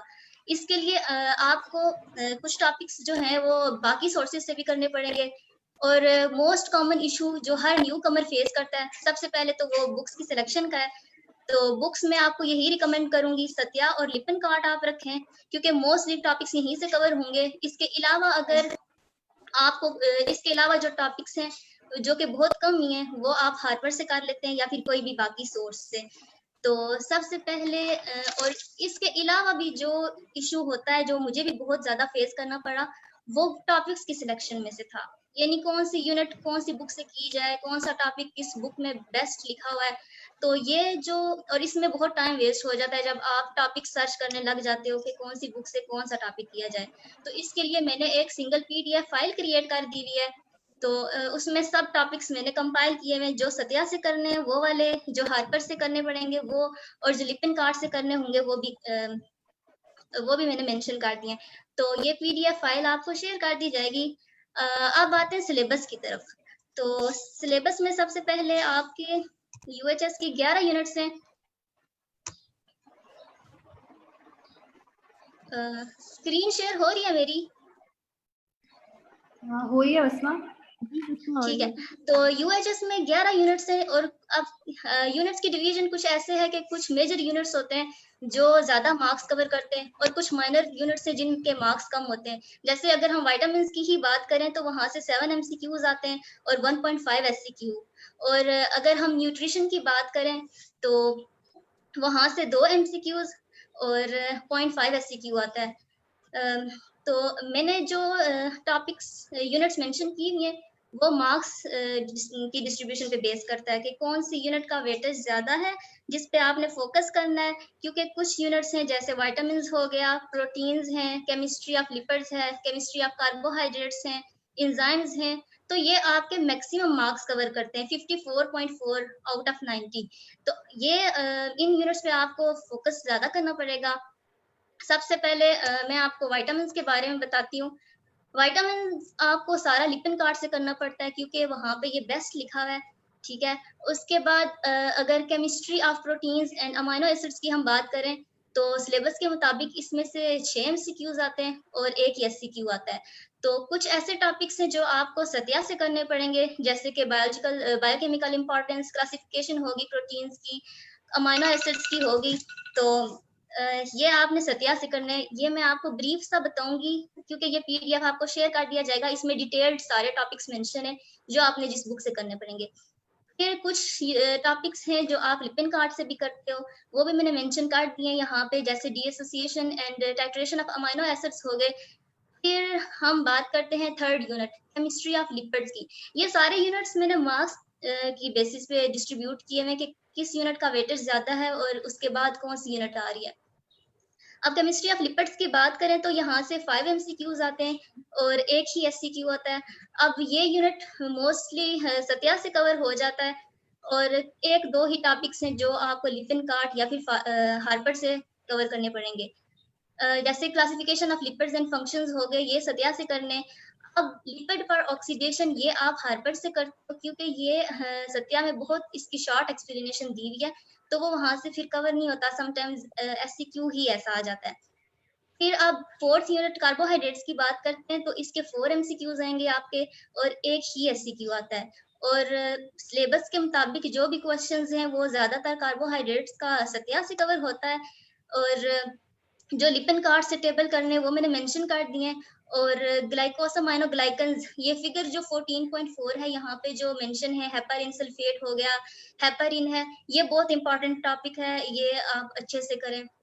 फिर यूनिट 5 एंजाइम्स, एंजाइम्स में से आपके 5 MCQs आएंगे और एक ही SCQ आता है।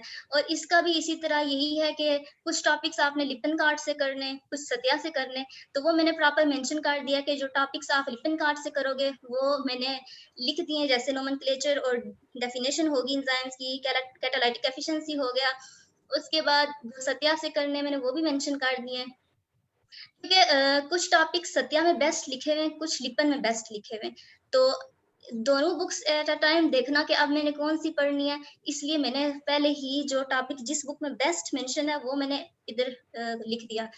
फिर यूनिट 6 हेम मेटाबॉलिज्म, इसमें से आपके 4 MCQs आते हैं और एक ही SCQ आता है और ये यूनिट आपका लिपिन कार्ड से ही कवर होता है, चैप्टर नंबर 3 और चैप्टर नंबर 21। अब जो चैप्टर नंबर 21 है वो बिलीरुबिन मेजरमेंट तक करना है। स्टूडेंट्स को बाज़ औक़ात हम कंफ्यूज हो जाते थे कि नेक्स्ट जो मेंशन है टॉपिक्स वो करने हैं या नहीं, तो वो बस ये यहीं तक करना है। फिर हम बात करते हैं मिनरल्स एंड ट्रेस एलिमेंट्स की, तो यहाँ से 4 MCQs आते हैं और एक ही SCQ है और ये चैप्टर नंबर 18 है सत्या का, जो आपके सारे मिनरल्स कवर करता है।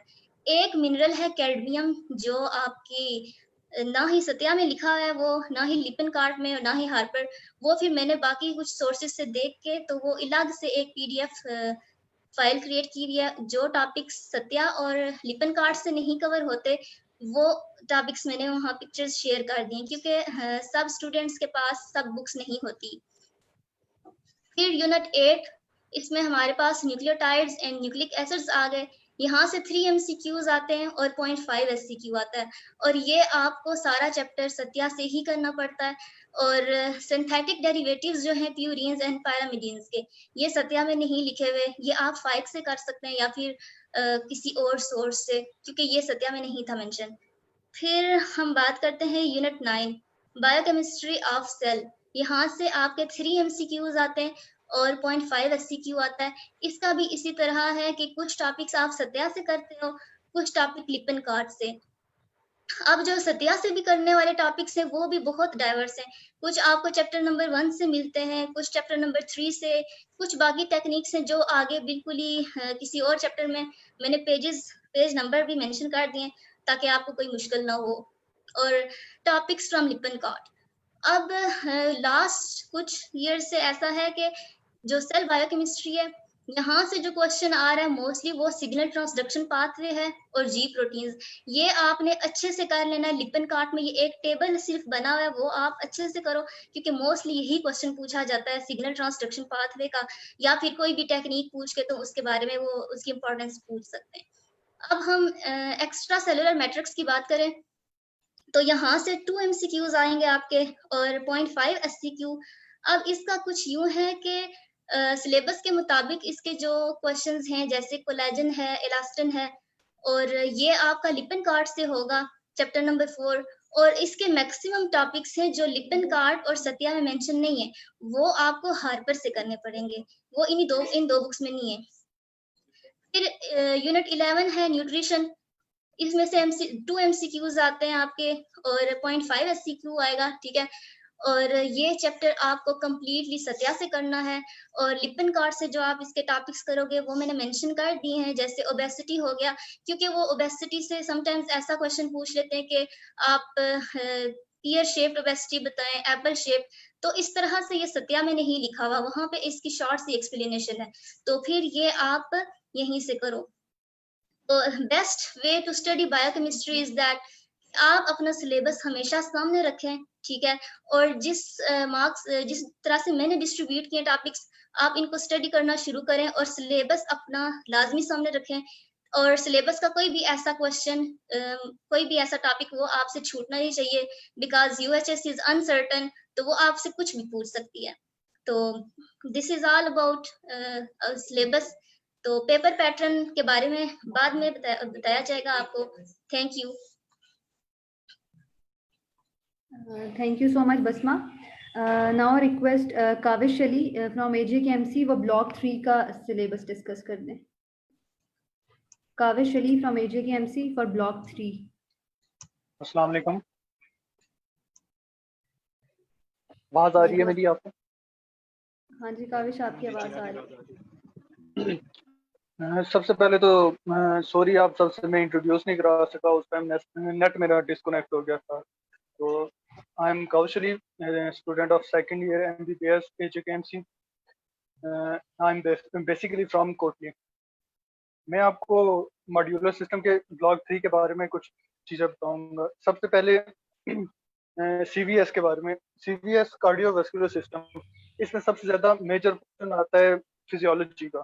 फिजियोलॉजी का काफ़ी स्टूडेंट्स इसमें पैनिक हो जाते हैं कि बहुत ज़्यादा कोर्स है, क्योंकि 16 चैप्टर्स आ जाते हैं इसमें, और वो सारी चीज़ें ऐसी होती हैं कि आपको पढ़नी पड़ती हैं।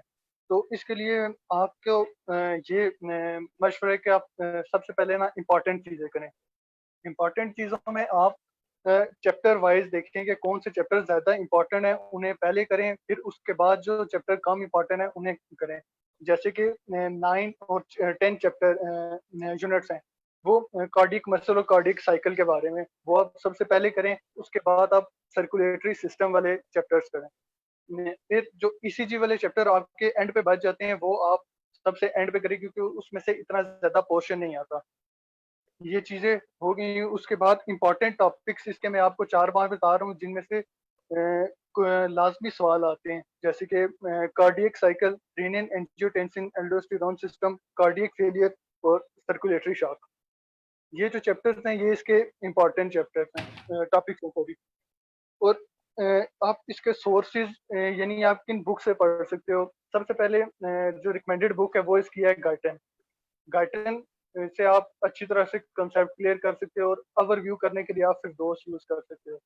इसके अलावा कुछ स्टूडेंट्स ये कहते रहते हैं कि जी हमें लेक्चर्स में मसला होता है, लेक्चर्स की समझ नहीं आती, ये वो। तो आप अगर लेक्चर्स की आपको समझ नहीं आ रही ना, तो आप उससे एक दिन पहले आप उन लेक्चर्स के ओवरव्यूज ले लिया करें, शॉर्ट वीडियोस देख लिया करें यूट्यूब पे, ताकि आपको नेक्स्ट डे जब टीचर वो चैप्टर टॉपिक समझा रहा हो तो आपको आसानी से समझ आ जाए।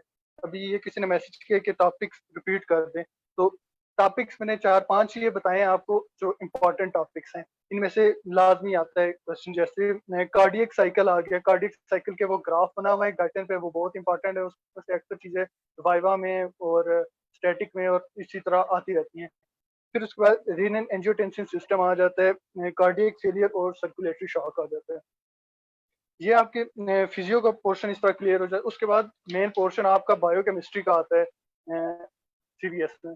बायोकेमिस्ट्री भी इसकी लेंथी है, इसके लिए मैं सबसे पहले बुक्स की बात करते हैं तो बुक्स रिकमेंडेड बुक लिपन कार्ट है, और जो टॉपिक्स आपको उसमें ना मिले उसके बाद आप हार्पर्स में देख लें, ये 2 बुक्स कंसल्ट कर लें। और जो टॉपिक्स हैं इसके मेन वो मैं आपको बता देता हूँ।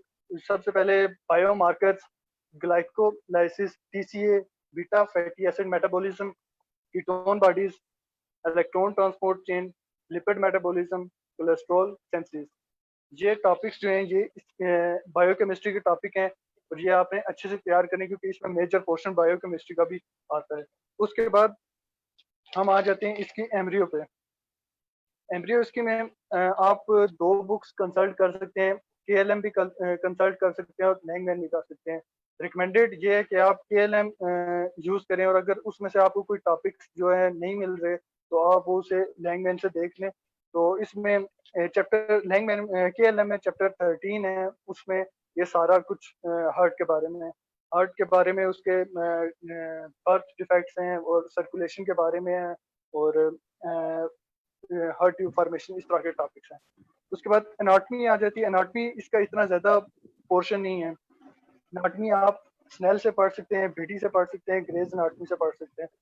अगर आप स्नेल से पढ़ रहे हैं तो इसके मेनली आते हैं थोरेसिक पार्ट, थोरेक्स पार्ट 1 में और 2 में आते हैं। मेजर टॉपिक्स इसके आ जाते हैं mediastinum, heart arterial supply, venous drainage. इसमें आर्टरीज और वेन्स के नेम्स भी अक्सर पूछे जाते हैं।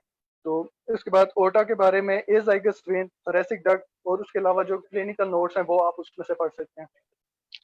फिर हम हिस्टोलॉजी पे आते हैं। हिस्टोलॉजी में आप एटलस डायफोरे भी यूज कर सकते हैं, लाइकोसाइन भी यूज कर सकते हैं।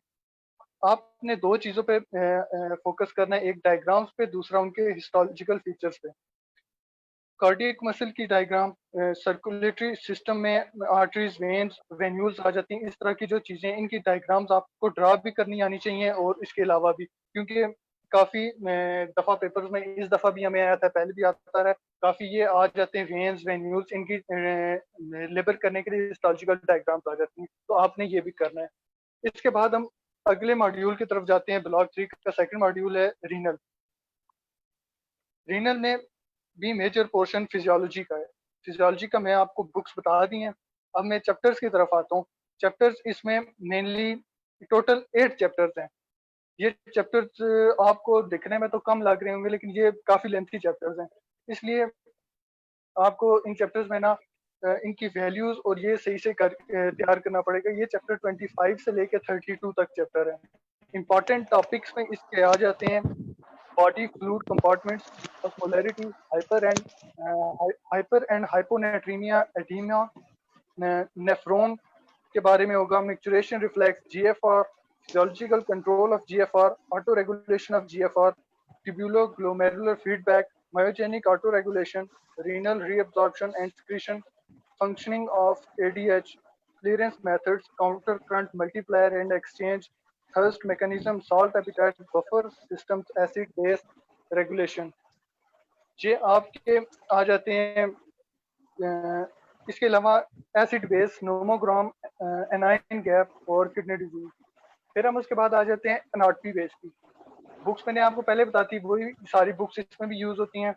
तो हम स्नेल, अगर आप स्नेल से पढ़ रहे हैं तो वो उसके बारे में आपको बताता हूँ। एब्डोमेन पार्ट 2 और पेल्विक पार्ट 1 और 2 में इसके टॉपिक्स आते हैं। इंपॉर्टेंट टॉपिक्स जो इसकी एनाटमी में है वो हैं covering of kidney, blood supply of the kidney, construction of ureter, urinary bladder. ये आपके टॉपिक्स आ गए। उसके बाद आ जाते हैं हम बायोकेमिस्ट्री में। बायोकेमिस्ट्री में भी अच्छा खासा पोर्शन है रीनल का। अब इसमें टॉपिक्स आ जाते हैं अमाइनो एसिड पूल और protein turnover, transamination, deamination, urea cycle, amino acid metabolism, hyper ammonia acid base balance disorders उनके, और purine nucleotide degradation, ADA deficiency और गॉट फेयर। ये आपके ओके टॉपिक्स बायोकेमिस्ट्री के। फिर हम उसके बाद आ जाते हैं एम्ब्रियो पे।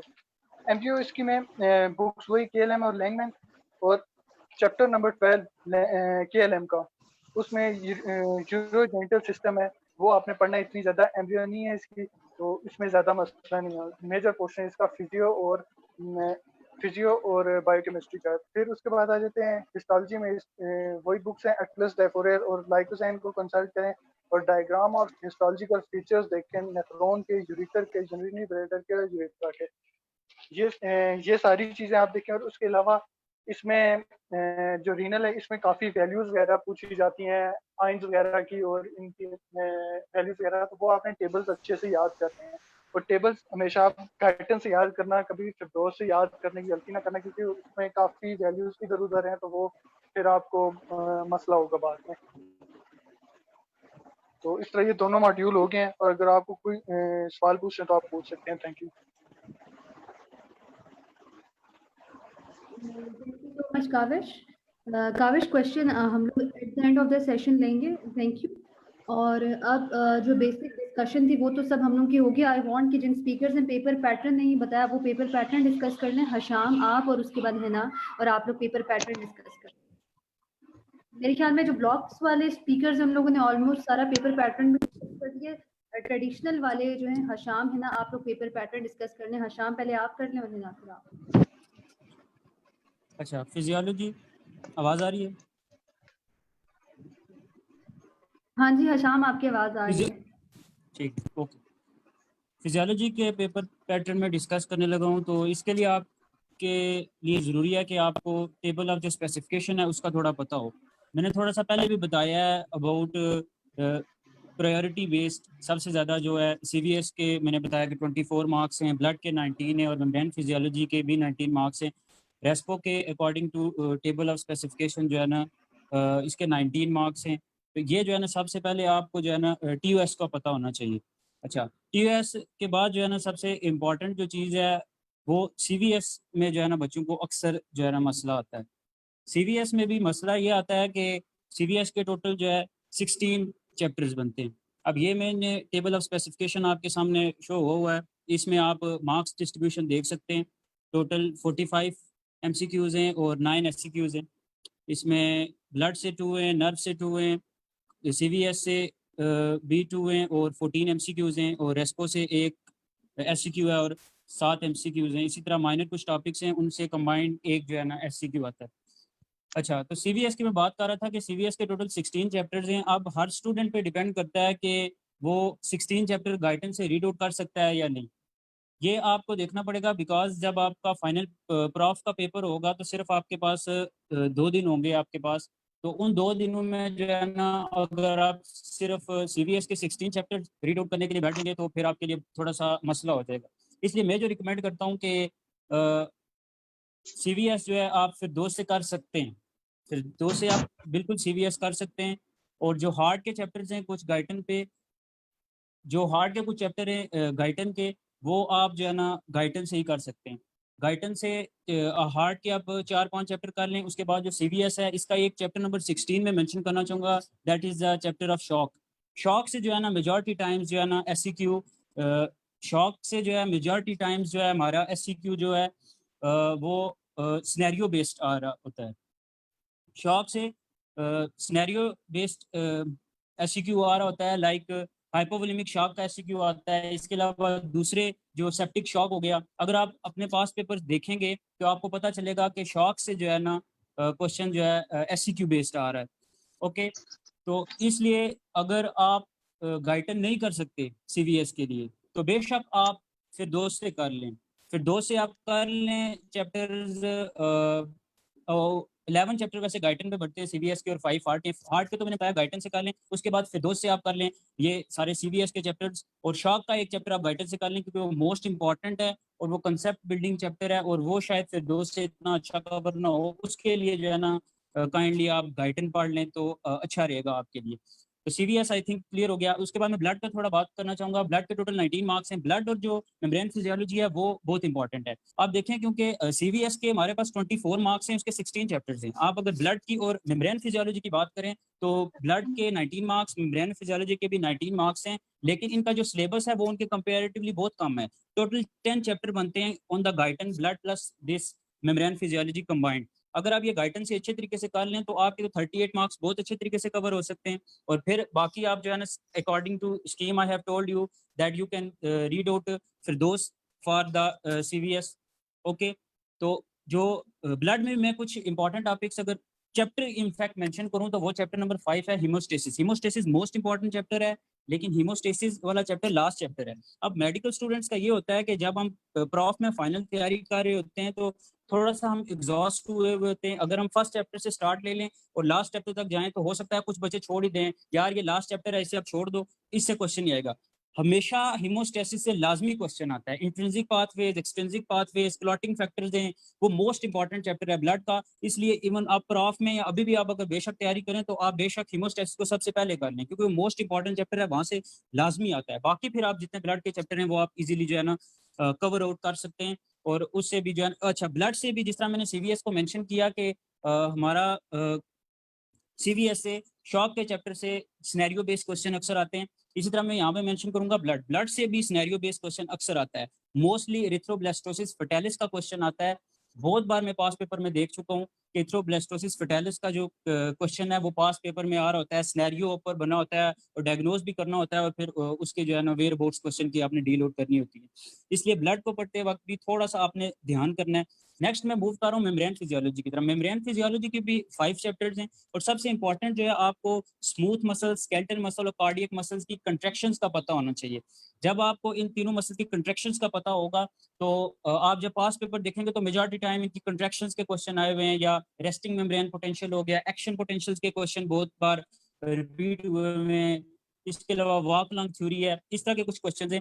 लेकिन ये जो मेम्ब्रेन फिजियोलॉजी या ब्लड फिजियोलॉजी है ये आप गाइडेंस से ही करें तो अच्छा है, क्योंकि ये टोटल 10 चैप्टर है और इनकी वर्थ 38 मार्क्स है।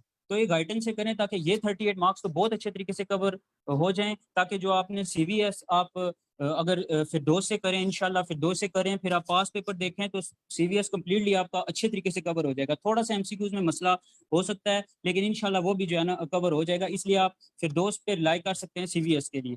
अच्छा, फिर मैं रेस्पो की तरफ आऊँगा। तो रेस्पो के टोटल हमारे पास 8 चैप्टर्स हैं।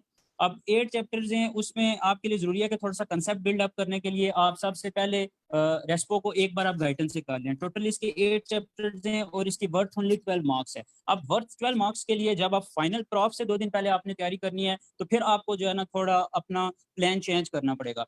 हो सकता है कि आपके पास इतना टाइम ना बचे कि इस वर्थ 12 मार्क्स को आप कवर ना कर सकें, तो फिर आप फिरदौस कर सकते हैं प्लस पास पेपर। ये मैं फाइनल की बात कर रहा हूँ, लेकिन अभी आपके पास टाइम है, इसलिए आप रिस्पिरेटरी सिस्टम के जितने चैप्टर्स हैं एक बार उनसे गो थ्रू कर लें। बहुत आसान चैप्टर्स हैं, उनमें कंप्लायंस के टॉपिक्स हैं, कर्व्स हैं, हीमोग्लोबिन ऑक्सीजन कर्व है, haemoglobin carbon dioxide binding curve है, राइट शिफ्ट, लेफ्ट शिफ्ट। ये सिंपल मैंने कुछ क्वेश्चन आपको बता दिए, कैपेसिटेंस वगैरह, कंप्लायंस और ये चीजें जो है ना ये सिंपल क्वेश्चन ये हो जाते हैं। इसके अलावा जो 2 उसके चैप्टर हैं, चैप्टर नंबर 7 और 8 रिस्पिरेटरी फिजियोलॉजी के, वो लिंक टू द डाइविंग है। उसमें स्कूबा डाइवर्स हो गए, उसमें हमारे पास similarly acute sickness, mountain sickness है, डीकम्प्रेशन सिकनेस है। ये इंपॉर्टेंट टॉपिक्स हैं। और वो जो 2 चैप्टर हैं लास्ट वाले, वो आप बेशक थोड़े से उनके जो मैंने टॉपिक मेंशन किए हैं, acute mountain sickness, chronic mountain sickness, मैंने बेंड्स को मेंशन किया, मैंने स्कूबा डाइविंग को मेंशन किया, ये जितने टॉपिक्स हैं ये आप काइंडली उधर से जाके देख लें, क्योंकि ये मेजॉरिटी टाइम्स अब इस एक्यूट माउंटेन सिकनेस का जो है ना पास पेपर में मैंने देखा है कि अक्सर वो सिनेरियो बेस्ड क्वेश्चन कर देते हैं। अगर सिनेरियो बेस्ड क्वेश्चन करेंगे तो आप के लिए जरूरी है कि थोड़ा बहुत वेयर बोर्ड भी पता हो। तो ये वो 2 चैप्टर एक बार गाइडेंस से लाजमी रीड आउट करें। ओवरऑल एंड पे आप जो है ना फिरदौस भी देख सकते हैं। तो फिर हमारे पास जो माइनर टॉपिक्स कुछ बच जाते हैं, माइनर टॉपिक्स बच जाते हैं। उसमें हमारे पास स्किन टेम्परेचर है और human response in varied environments है। अब ये माइनर टॉपिक्स हैं और इसके लिए जो है ना आप जस्ट कवर आउट कर सकते हैं, फिरदौस से कवर कर सकते हैं आप। तो ये आप इसके लिए आप फिरदौस ही देख लें तो अच्छा है। तो ओवरऑल मैं अब अपनी बात को ख़त्म करने लगा हूँ। मैं अगर इसके अलावा आपको क्वेरीज हैं, कोई क्वेश्चंस हैं तो आप कमेंट सेक्शन में पूछ सकते हैं, लेकिन मैं ओवरऑल अपनी अब बात को मैं फिनिश करने लगा हूँ।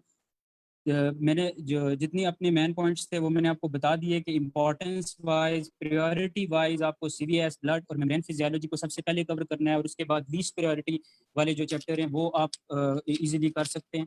और लास्टली मैं थोड़ा सा अगर वाइवा का बता दूं तो वाइवा का पैटर्न यही है कि 100 मार्क्स हैं, उसमें 10 इंटरनल हो गया, 50 मार्क्स का वाइवा होता है और 40 मार्क्स की आपकी जो है ऑस्पी और थ्योरी होती है। और वाइवा डिपेंड करता है आपके अपने कॉलेज पे कि कॉलेज के आपके इंटरनल्स कैसे हैं, वो उनके जो टॉपिक्स हैं वो आप करके जो है ना इजीली कवर आउट कर सकते हैं। तो अगर किसी की कोई क्वेरी है वो कमेंट सेक्शन में पूछ सकता है। तो thank you ji. Iqra, thank you so much Hasham.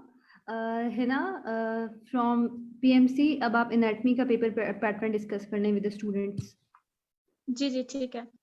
अच्छा, एनाटॉमी से मैं अगर स्टार्ट लूँ तो एनाटॉमी का आपका 100 मार्क्स का जो पेपर आता है वो आगे आपकी 4 सब्जेक्ट्स, जिसका मैं ऑलरेडी बता चुकी हूँ, उन्हीं पे डिस्ट्रीब्यूट हुआ होता है। मेन पोर्शन आपका ग्रास से आता है, तो मैं ग्रास से स्टार्ट लेती हूँ। ग्रास में आपके आगे 3 पोर्शन है, एक अपर लिम, एक लोअर लिम है और थर्डली हमारे पास आ जाता है थोरैक्स। 2 क्वेश्चन आपके आते हैं अपर लिम में से, 2 क्वेश्चन आपके लोअर लिम में से आते हैं और एक ही क्वेश्चन आपका थोरैक्स में से आता है। बिसाइड जो आपके एमसीक्यूज का पोर्शन है वो आपके सेम ही आते हैं कि 7 MCQs फ्रॉम ईच पार्ट आते हैं, ठीक है, हो गया। अब ये बात है कि जो आपकी ग्रास है उसमें पेपर पैटर्न या क्वेश्चन आता किस तरह से है, तो मोस्टली जो एक क्वेश्चन या 2 क्वेश्चन होते हैं लाइक अपर और लोअर में से ना, वो सिनेरियो बेस्ड होते हैं। उनमें मोस्टली आपसे नर्व इंजरीज या नर्व पल्सेस के बारे में क्वेश्चन किया जाता है कि लाइक आपकी शार्टिक नर्व डैमेज हो चुकी है तो अब तक कौन सा मसल पैरालाइज होगा और कौन सा बॉडी फंक्शन जो होगा आपका वो लॉस हो जाएगा। इस तरह के आपके सिनेरियो बेस्ड क्वेश्चन आते हैं। और सेकेंडली जो मोस्ट इंपॉर्टेंट थिंग है वो ये है कि अपर लिम्ब और लोअर लिम्ब के आपके जॉइंट्स बहुत इंपॉर्टेंट है। जॉइंट्स में से हर साल एक क्वेश्चन मस्ट होता है। हमें खुद नी जॉइंट आया हुआ था, तो जॉइंट्स के आपने ना ओवरव्यू कांसेप्ट देखना है, लाइक उसके लिगामेंट्स देखने हैं, आर्टिकुलर सर्फेसेस उसकी देखनी है, जॉइंट्स की मूवमेंट्स देखनी है और टाइप ऑफ जॉइंट देखनी है। इस तरह आप अगर थोरैक्स की बात करें तो उसमें मोस्ट ऑफ द टाइम जो क्वेश्चन आता है वो हार्ट की ब्लड सप्लाई ही होता है। बिसाइड्स उसके जो क्लिनिकल्स हैं KLM पे जो मेंशन है वो भी काफी ज्यादा इंपॉर्टेंट है। तो इस तरह से आपके ग्रास के जो 5 SCQs हैं वो कवर हो जाते हैं। फिर हम एम्ब्रियोलॉजी पे आ जाते हैं। तो एम्ब्रियोलॉजी में जो 2 SCQ आते हैं उसका भी सेम ही सीन होता है कि उनमें से एक सिनेरियो बेस्ड हो जाता है और एक जनरल क्वेश्चन होता है, लाइक कि आप लिखते स्टेप्स ऑफ oogenesis हो गए, डिफाइन स्पर्मेटोजेनेसिस लाइक दिस। तो जो सिनेरियो बेस्ड क्वेश्चन है उसके लिए मैं एक चीज यहाँ पे मेंशन करूंगी स्पेसिफिकली उन बच्चों के लिए जो लैंगमैन कर रहे हैं। ये जो हमारे पास KLM बुक है उसके हर यूनिट के एंड पे आपके पास 5 से 6 केसेस बने होते हैं, सिनेरियो बेस्ड केसेस होते हैं वो।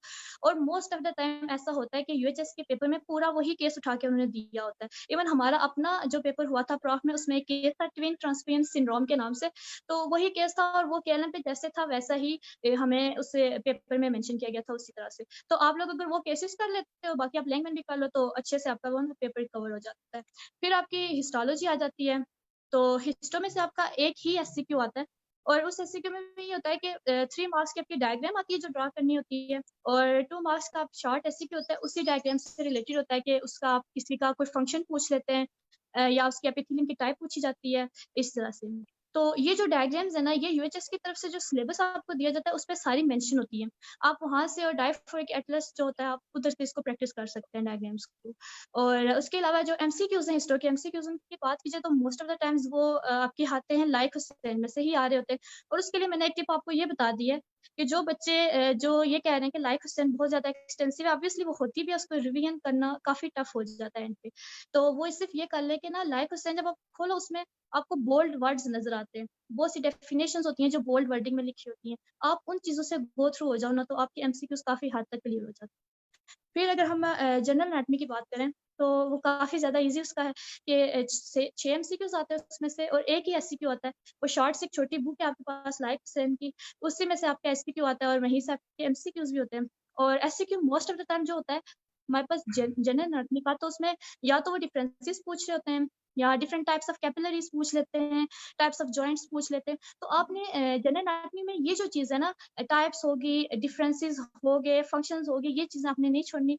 इन्हीं में से क्वेश्चन आ रहा होता है, वो काफी सिंपल क्वेश्चन होता है। सिर्फ जो सिनेरियो बेस्ड क्वेश्चन होते हैं वो एक ग्रास से आता है और एक एम्ब्रियोलॉजी में से, और वो भी अगर आपने अच्छे से पढ़ा हुआ है, आपने KLM के मसल्स के टेबल किए हुए हैं, उसके बाद आपने क्लिनिकल्स किए हुए हैं। और इसके अलावा ग्रास में इंपॉर्टेंट चीज़ ये है कि उसमें जो स्पेसिस हैं लाइक लोअर लिम्ब में फेमोरल कैनाल होगी, आपकी ऑप्लिटियल फोसा हो गया, अपर लिम्ब में क्यूबिटल फोसा हो गया, ये जो चीज़ें हैं ना, इस चीज़ में से इनके कंटेंट्स पूछ लिए जाते हैं, इनकी डेफिनेशंस आ जाती हैं। तो ये काफ़ी बार रिपीट हो रहे हैं, अगर आप पास्ट पेपर्स उठा के देखें तो आपको ये काफ़ी बार रिपीट होते हुए नजर आएंगे। तो इस तरह से सिनेरियो बेस्ड और जो दूसरे डेफिनेशन बेस्ड क्वेश्चन है वो ग्रास और एम्ब्रियोलॉजी में से आ सकते हैं, और हिस्टो और GM में से काफ़ी सिंपल क्वेश्चन आते हैं, मोस्ट ऑफ टाइम डायग्राम्स और definition. That's all about the UHS कि उसमें पेपर किस तरह आता है। बट मैं यहाँ पे लास्ट थिंग ये मेंशन करूंगी कि UHS इज सो अनप्रेडिक्टेबल। आप कभी किसी चीज को ये सोचिए कि यार ये अनइम्पॉर्टेंट है, इसको नहीं करना, और ये बहुत इंपॉर्टेंट है, सिर्फ ये करनी है। अगर आपने ऐसे किया तो आप ना आपका बहुत लॉस हो सकता है, बिकॉज कई बार बहुत ही अनइम्पॉर्टेंट चीज भी आई होती है पेपर में। तो जो चीज आपको बहुत अनइम्पॉर्टेंट लग रही है ना, एटलीस्ट उसको एक रीड जरूर दे दें, ताकि जब आप प्रॉफ में बैठे हो आपके मन में कुछ तो कुछ जरूर हो कि आप उसके बारे में कुछ लिख सके, 1-2 लाइन्स। तो इसलिए ना यूज में किसी चीज को आपने अनइम्पॉर्टेंट नहीं किया ना, सब कुछ ही इम्पोर्टेंट है। सिर्फ ये होता है कि पेपर पॉइंट ऑफ व्यू से कुछ चीजों को याद करना होता है और कुछ को जस्ट रीड करना होता है, और वो आप इसी लिहाज से चलें जिसका मैंने बता दिया। तो thank you so much. Thank you so much, Hina. Now I request Basma from PMC क्या बायोकेमिस्ट्री का जो पेपर पैटर्न डिस्कस कर लें, ट्रेडिशनल जो उनका होता है। अस्सलाम वालेकुम। सबसे पहले तो मैं ये बताऊंगी कि बायोकेमिस्ट्री को आप कभी भी लाइट ना लें, क्योंकि सबसे ज्यादा ट्रिकी क्वेश्चंस यहीं से बनते हैं। क्लिनिकल बेस क्वेश्चन आते हैं, कुछ ऐसे होते हैं जो बहुत इजी होते हैं। तो अब पेपर की बात करें तो इसमें 45 MCQs आते हैं आपके और 9 SCQs, और वो भी 45 मार्क्स के ही होते हैं। अब MCQs मोस्टली क्लिनिकल बेस होते हैं, वो ट्रिकी क्वेश्चंस होते हैं, और कुछ ही ऐसे होते हैं जो आपसे वो बहुत ही जनरल पूछ लेते हैं, इजी पूछ लेते हैं, जैसे आइसोमल्टेज का लिंकेज बता दें या इस तरह से। तो सॉल्व करने का तरीका सबसे पहले ये कि आप वो MCQs जिनकी स्टेटमेंट शार्ट है वो सब अटेम्प्ट करें, और अगर जो MCQ आपको नहीं आ रहा आप उसको छोड़ते जाएं, पैनिक ना हो। उसके बाद आप जिनकी स्टेटमेंट ज्यादा होती है, जो क्लिनिकल टाइप क्वेश्चंस होते हैं, जो ट्रिकी क्वेश्चंस होते हैं, आप फिर वो अटेम्प्ट करें। जब आप ये सब कर लेते हो उसके बाद वो MCQs जो आपको पहले नहीं थे आ रहे आप फिर वो अटेम्प्ट करें, और जो ऑप्शन आपको लग रहा है कि ये नहीं है वो आप एक्सक्लूड करते जाएं। एंड पे फिर आसानी होगी आपको डिसाइड करने के लिए कि ये इसका कौन सा राइट आंसर हो सकता है। अब थेरी तक जहाँ बात करें हम, आप तो उसमें 9 SCQs होते हैं आपके, और मोस्टली क्लिनिकल टाइप होते हैं। जैसे विटामिन से मोस्टली क्लिनिकल टाइप क्वेश्चन बनता है, वो डिजीजेस मेंशन कर देते हैं और पूछ लेंगे कि कौन से विटामिन की डेफिशिएंसी की वजह से ये हुआ है। कुछ क्वेश्चंस क्लासिफिकेशन होती हैं, समटाइम्स किसी भी प्रॉपर्टीज वगैरह पूछ ली जाती हैं। अब कार्बोहाइड्रेट्स की जैसे बात करें तो वो समटाइम्स क्लासिफिकेशन ऑफ कार्बोहाइड्रेट्स पूछ लेंगे, या फिर वो क्लासिफिकेशन ऑफ डिराइव्ड कार्बोहाइड्रेट्स। तो ये दोनों चीजें डिफरेंट हैं। मैं ये मेंशन करने का मकसद ये है कि आप अच्छे से पढ़ें, क्योंकि अगर आपको वो क्लासिफिकेशन ऑफ कार्बोहाइड्रेट्स पूछता है तो वहां पे आपके मोनोसेक्राइड, ओलिगोसेक्राइड, पॉलीसेक्राइड आपने लिखने होते हैं। और अगर वो आपसे ये पूछ लेता है कि क्लासिफिकेशन ऑफ डिराइव्ड कार्बोहाइड्रेट्स, तो दैट इज समथिंग डिफरेंट। यहाँ पे आपने शुगर एसिड्स, शुगर अल्कोहल और ये कुछ मेंशन करना होता है। इसी तरह मोस्टली और इंजाइम्स में से भी ऐसा होता है कि वो आपसे डायग्नोस्टिक पर्पसेस के बारे में पूछ सकते हैं, और ओवरऑल यही है। और फिर एंड पे ये कि आप अपनी तरफ से बेस्ट दो, आपसे जितनी तैयारी अच्छी हो सकती है आप दें। एंड पे सिर्फ अल्लाह पे यकीन रखें, क्योंकि रिजल्ट अल्लाह ने ही देना होता है। और एंड पे मैं सिर्फ यही कहूंगी कि always remember nothing is impossible, the word itself says I am possible. Thank you. Thank you so much बसमा। अच्छा, अब जो ब्लॉक्स के जो AJKMC से जो स्पीकर्स थे, आई होप कि उन लोगों ने पेपर पैटर्न डिस्कस कर लिया था। जी उनका हो गया। अब ये अफाक अहमद IPA का उनको तरफ बताते हैं स्टूडेंट्स को सारा IPA का जो पैटर्न होता है, बाकी जो ब्लॉक है उनका सबका हो गया। थोड़ा a little quick, a little Exactly. National की तरफ से गाइड किया। वो कर दें। हेलो, आवाज़ आ रही है? जी आ रही है। जी हाँ। अच्छा, मैं आपको सिलेबस तो इतना डिटेल से नहीं बताऊंगा, क्योंकि हमने जो इसके लिए पेपर के लिए सिलेबस बताया वही सारा वाइवा में भी आ रहा होता है। ठीक है, मैं आपको पैटर्न के हवाले से गाइड करूंगा, क्योंकि बच्चों ने इंटरनल असेसमेंट्स फेस नहीं की हुई, तो इसलिए उनको काफ़ी प्रॉब्लम हो सकती है रिटन पेपर में भी और आगे वाइवा में भी। पहले आपका रिटन पेपर होता है, उसके बाद वाइवा के 2 अलग अलग पार्ट्स होते हैं। पहले स्टैटिक्स होता है और उसके बाद आपका इंटरेक्टिव सेशन होता है। ठीक है, स्टैटिक्स में क्या होता है, आपको सामने स्क्रीन पे डायग्राम्स डिस्प्ले की जाती हैं, जिसमें आपने डायग्राम लेबल करनी होती है, और उसके बाद जो इंटरेक्टिव सेशन होता है उसमें आप इंटरेक्ट कर रहे होते हैं HODs के साथ, अपने डेमोज और टीचर्स के साथ इंटरेक्ट कर रहे होते हैं, वो आपसे क्वेश्चनिंग कर रहे होते हैं। ठीक है, टोटल 160 मार्क्स का पूरा ये वाइवा होता है, और 80 मार्क्स पे डिवाइडेड होता है स्टैटिक्स और इंटरेक्टिव सेशन। ठीक है, पहले आपको मैं बता दूं कि जो रिटन पेपर होता है उसमें जो कि बच्चों ने इंटरनल असेसमेंट्स नहीं फेस की तो उन्हें मुश्किलात हो सकती हैं काफ़ी, तो थोड़ा सा क्विकली मैं बता दूं कि क्या क्या करना उन्होंने। MCQs होते हैं, सबसे पहले 100 MCQs होते हैं, और उसके बाद SCQs 100 नंबर के होते हैं। ठीक है, इसके लिए 100 मिनट्स दोनों पार्ट के लिए होते हैं। सबसे अहम जो इम्पॉर्टेंट प्रॉब्लम फेस की जाती है स्टूडेंट्स को, वो सबसे इम्पॉर्टेंट प्रॉब्लम ये होती है कि वो टाइम नहीं मैनेज कर सकते, क्योंकि FSC में वो पेपर दे के आते होते हैं बोर्ड्स के, तो वो टाइम मैनेजमेंट का इशू होता है। उसके लिए टिप ये है कि आपने टाइम मैनेज कैसे करना है। आपने पेपर लिखते हुए फ्लो चार्ट्स बनाने हैं, ठीक है, लंबी थ्योरीज नहीं लिखनी, और टू द पॉइंट। अगर आपका पूरा सिनेरियो दिया हुआ है और उसका आंसर सिर्फ एक लाइन का बन रहा है, तो आपने एक लाइन में आंसर करना है। ठीक है, उसके आपको पूरे 10 मार्क्स भी तो आपको दिए जाएंगे। ठीक हो गया। उसके बाद पास्ट पेपर्स आपने कैसे कंसल्ट करने, तो पास्ट पेपर में देखना है आपने कि जो चीज़ें रिपीट हो रही हैं, या फिर सिलेबस, कुछ चीज़ें सिलेबस में कवर नहीं हो रही होती, लाइक एक्स्ट्रा टॉपिक्स होते हैं वो रिपीट हो रहे होते हैं बार बार, तो वो लाजमी करके जानने हैं। और उसके बाद तीसरा जो इम्पोर्टेंट पॉइंट ये कि आपने अगर आपको कॉलेज से या किसी सीनियर से कीज़ मिलती हैं पास पेपर्स की, तो वो लाजमी देख के जाएं, आपको उससे आइडिया हो जाएगी कि टाइम मैनेज कैसे करें और सारा कुछ, क्योंकि कई बच्चे सारा सिलेबस पढ़ के जा रहे होते हैं लेकिन उसके बावजूद भी वो टाइम मैनेज नहीं कर सकते, जिसकी वजह से उनका पेपर रह जाता है। तो इस चीज़ को काइंडली फोकस कीजिएगा। उसके बाद वाइवा की तरफ आते हैं। पहला जो पार्ट होता है स्टैटिक्स का, तकरीबन 80 मार्क्स का ये होता है और 80 मार्क्स का वाइवा होता है।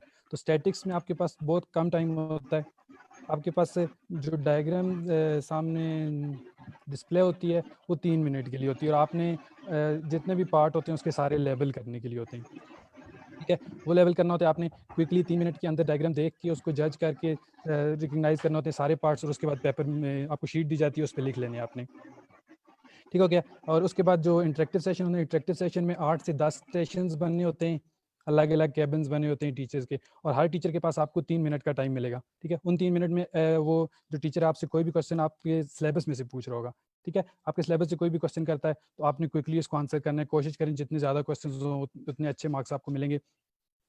और जो इसके लिए वाइवास के लिए है, वो डायग्राम्स आपने सारी देख के जानी है, जितनी भी गाइटन की हैं, इसके अलावा स्नेल की जितनी डायग्राम्स हैं और जितनी भी बुक्स हैं एमब्रियो की इंपॉर्टेंटली जीएनडी के लिए, ग्रोथ एंड डेवलपमेंट के लिए, वो आपने डायग्राम्स देख के जानी ताकि स्टैटिक्स में आपको हेल्प हो, वो आपको फिंगर टिप्स पे होनी चाहिए। और रिवीजन कैसे करनी है, मोस्टली बच्चों को ये इशू होता है कि हमने पेपर के लिए पढ़ा था, अब रिवाइज कैसे करें, इतना ज़्यादा सिलेबस, एक दिन के बाद वाइवा है। तो आपके लिए ये शॉर्ट बुक्स यूज़ करें, फ्लो चार्ट्स को यूज़ करें, ठीक है। जैसे गाइटन के लिए फिरदौस बताया वो पीएमसी वाले भाई ने कि फिरदौस यूज़ कर सकते हैं, तो आप गाइटन की जगह फिरदौस यूज़ करें। इस तरह अगर शॉर्ट बुक्स मिलती हैं, कुछ नोट्स बने हुए, तो वो यूज़ करके जाएँ, क्योंकि उनके इंपॉर्टेंट चीज़ें पूछी जाती हैं, बहुत ज़्यादा माइनर डिटेल्स नहीं पूछी जाती। और जो वाइवा का फोबिया के बच्चे पूछ रहे थे कि हम पहली दफ़ा फेस करने के लिए जा रहे हैं, तो आपको डरने की कोई ज़रूरत नहीं है। अगर आपने पूरा साल आप गो थ्रू हैं बुक से, आपके कॉन्सेप्ट्स क्लियर हैं, तो आप बहुत अच्छा वाइवा वहाँ पे दे सकते हैं और बहुत अच्छे मार्क्स ले सकते हैं।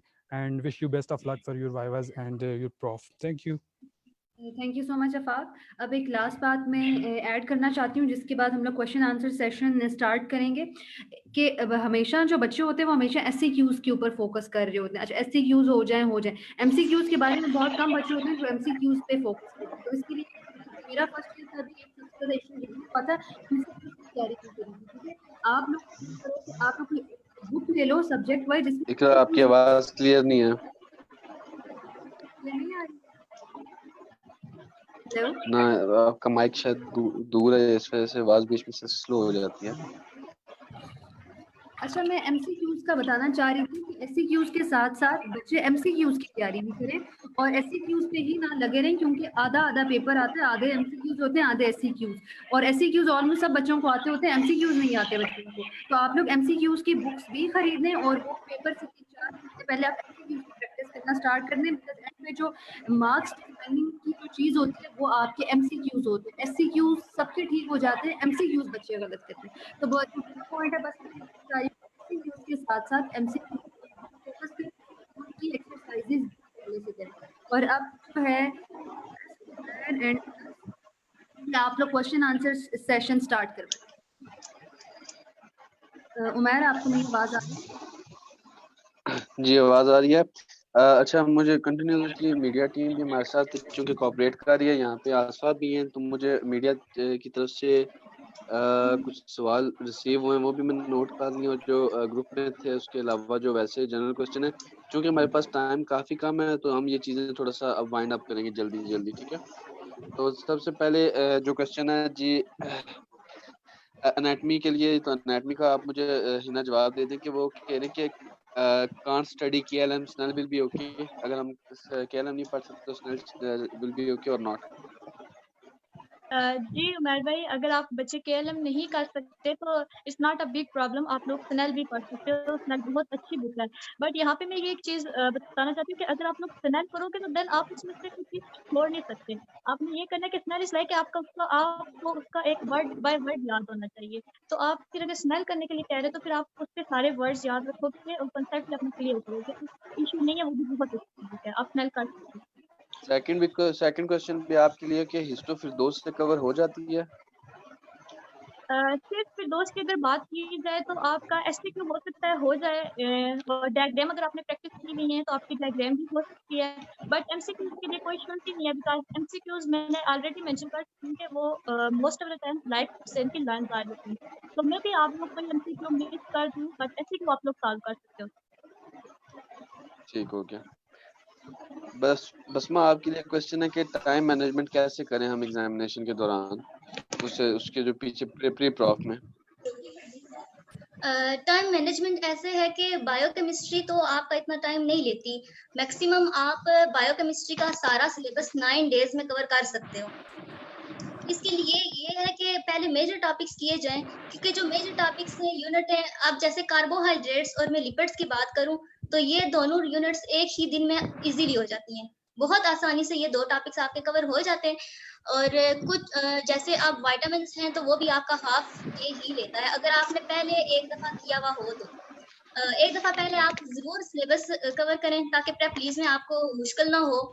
और कुछ लेंथी यूनिट्स हैं जैसे प्रोटीन्स हैं, एंजाइम्स, इनके टॉपिक्स बहुत स्कैटर हैं, ये आपका तकरीबन शायद एक यूनिट आपका एक दिन लेगी। फिर अगर हम बात करें माइनर यूनिट्स की तरफ, अगर हम मिनरल्स की बात करते हैं, न्यूट्रिशन की बात करते हैं, तो पीएच, सेल बायोकेमिस्ट्री, तो वो आपका एक ही दिन में कवर हो जाता है।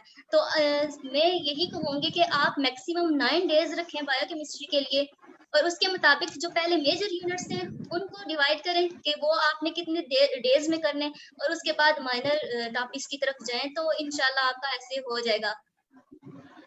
ठीक हो गया। ठीक है, इससे एक और क्वेश्चन है बायोकेमिस्ट्री के रिलेटेड कि बिफोर प्रॉफ हमें कौन सी बुक पढ़नी चाहिए प्रॉफ के बिल्कुल पास, लिप्पन या Satyanarayana, which will be better? Lippan और सत्या दोनों, मैंने जो पीडीएफ शेयर किया वहां पे जो टॉपिक्स हैं वो दोनों बुक से कवर हो रहे हैं, क्योंकि सिर्फ एक बुक से आपका सिलेबस सारा कवर नहीं होता। कुछ टॉपिक्स आपके सत्या में लिखे हुए हैं, कुछ टॉपिक सत्या में नहीं है, वो आपको लिपन कार्ड से ही करने पड़ेंगे, और कुछ टॉपिक्स ऐसे हैं लिपन कार्ड के जो सत्या में नहीं है तो आपको वो वहीं से करने पड़ेंगे, क्योंकि आप कोई भी क्वेश्चन, कोई टॉपिक नहीं छोड़ सकते सिलेबस का।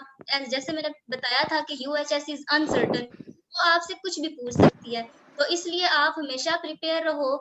कोई टॉपिक जो आपको लग रहा है अनइम्पॉर्टेंट है, बस उसको आप एक जनरल रीड भी दे दें, कम से कम आपके माइंड में ये आइडिया हो कि अगर आपके लिए 1 मार्क का या फिर 1.5 मार्क्स का वो क्वेश्चन पूछ लेते हैं तो आपको इतना पता हो कि आप उसका आंसर कर सकें। ठीक है, ठीक हो गया। अच्छा, यहाँ पे एक क्वेश्चन तो नहीं, सजेशन आई है बीडीएस का सेशन कंडक्ट कराया जाए, तो इंशाल्लाह फॉर श्योर हम ये सेशन कंडक्ट करा के जो हमारे एग्जाम है उसके बाद हम बीडीएस की भी तरफ आएंगे। और एक और बात थी, आई थिंक वो शाम के रिलेटेड थी, सीबीएस गाइडेंस वो शाम ने दे दी है सारी। एक लास्ट क्वेश्चन है, वो पूछता हूँ तो उसके बाद मैं फॉरवर्ड करूँगा अनस की तरफ के which one is better one for embryo, will it be KLM or Langman, you know?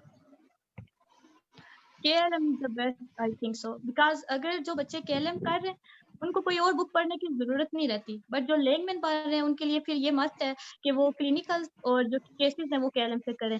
और ये भी कोई जनरल बात नहीं या एक सजेशन है, ये तो एक प्रॉपर प्रूफ वाइज बात है कि लास्ट 3 सालों से जो यूएचएस का पेपर आ रहा है वो प्रॉपर KLM की लाइंस आ रही हैं। आप लोग पास पेपर उठा के ना देख सकते हो, एग्जैक्टली लाइन आती है KLM के MCQ में। तो फिर आई थिंक तो कि KLM is more appropriate book because it covers all the aspect given by the syllabus of UHS.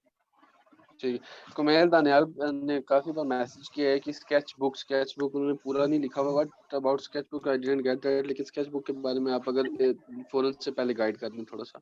जी, अगर sketch books I think so ये ऑस्पी वगैरह के लिए या जो प्रैक्टिकल एग्जाम्स होते हैं उनके लिए आप स्केच बुक का अगर पूछ रहे हैं तो वो जनरल स्केच बुक होती हैं, आप किसी भी मतलब मेडिकल बुक की जो शॉप्स होती हैं वहां से ले सकते हो, और उसमें आपको ये कॉलेज वालों की तरफ से असाइंड होती है, कुछ डायग्राम्स आपने वो बनानी होती है, हर पोर्शन में अपर लिम्ब की अलग से, लोअर की अलग होती है और थोरैक्स की अलग। तो इस हवाले से ना पीएमसी के वो अगर है तो उनको हम प्रॉपर्ली उनके एफबी पे जो उनका ग्रुप बना हुआ है गाइडलाइंस के लिए, उस पे भी हमने गाइड कर देंगे अबाउट ऑस्पी एनवायरनमेंट। ठीक है, that's all from my side. These are the questions that have been asked on Facebook and on our chat box. It was very great response from our audience, and it's been a pleasure that we all have arranged this session for first year MBBS students. Now I'll ask Anas Rasool, President, Singh, AJK Medical College, to ask some mental health related questions to our National Vice President Shariat, who will be answering about the depression and anxiety that has been faced by the first year medical students, and that has been seen in 90% of students. Over to you, Ansar. अस्सलाम वालेकुम, आवाज आ रही? जी आ रही है। अच्छा, सबसे पहले शहरियार आपसे मैं सवाल पूछूंगा, तो पहले हमें बताएं ना डिप्रेशन होती क्या है। हमने काफी मिसकंसेप्शन बनाई है डिप्रेशन को पहले, कि आप हमसे सबसे पहले बताते हैं कि डिप्रेशन होती क्या है ब्रीफली।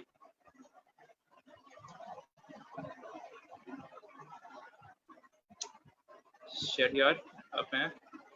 शहरियार माइक अनम्यूट कर लें। Mic mute.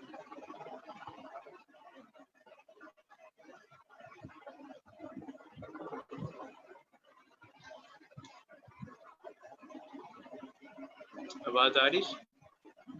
शहरयार आप काइंडली थोड़ा जल्दी कर दें, बिकॉज हम लोगों को सेशन वाइंड अप करना है।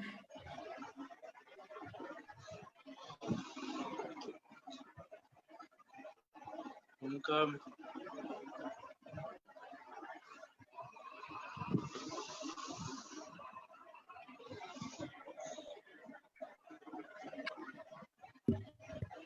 अच्छा, उससे पहले फिर आ गए। अनस आप ऐसा करो, आप अपने जो क्वेश्चन है कुछ वो फटाफट कर लो, और उसके बाद शहरयार डिप्रेशन पे एंड पे उसको मैं कर लूंगी, तो इसको जरा सबसे पहले तो जो मोस्टली क्वेश्चन है वो यही है कि इंपॉर्टेंट टॉपिक्स का दोबारा बताते हैं। वो तो आप सबको जो स्लाइड है वो हम शेयर कर देंगे, वो आप सबके पास मिल जाएंगी। और बाकी जो उन्होंने क्वेश्चन पूछा था आईपीए का, उन्होंने पहले पूछा था, वो भी पाक ने क्लियर कर दिया आपको। और ऐसे क्वेश्चन कोई नहीं। अब शहरियार आते हैं तो उनसे डिप्रेशन के मुतालिक एक तो सवाल है, वो उनसे पूछ लेंगे। चले अनस शहरियार, जब अगर उनका होता है प्रॉब्लम हल तो ठीक है। वैसे सेशन ऑलमोस्ट एंड पे आ गया है। लास्ट पे हम उनके बारे में उनसे रिमार्क्स ले लेंगे डिप्रेशन के बारे में। फिलहाल हमारे साथ काफ़ी देर से जुड़ी हुई हैं नेशनल प्रेसिडेंट ऑफ सिंक Asfa Saleem. Thank you so much Asfa for your time and for always being such a sport. Asfa, kindly some remarks from your side, some comments about this session. अस्सलाम वालेकुम, मेरी आवाज आ रही है? वालेकुम सलाम जी आ रही है आसफा। ठीक है, थैंक यू सो मच। तो मैं इब्रा, शहरियार, अनस, आपके सारे स्पीकर्स के आप लोगों ने मुझे ऑनर किया और इस किया और यहाँ पर मुझे बोलने का, आप सबके साथ इंटरेक्ट करने का मौका दिया। अली भी आप लोग उनके क्लास वाले की डेथ हो गई, वहाँ जाना पड़ गया।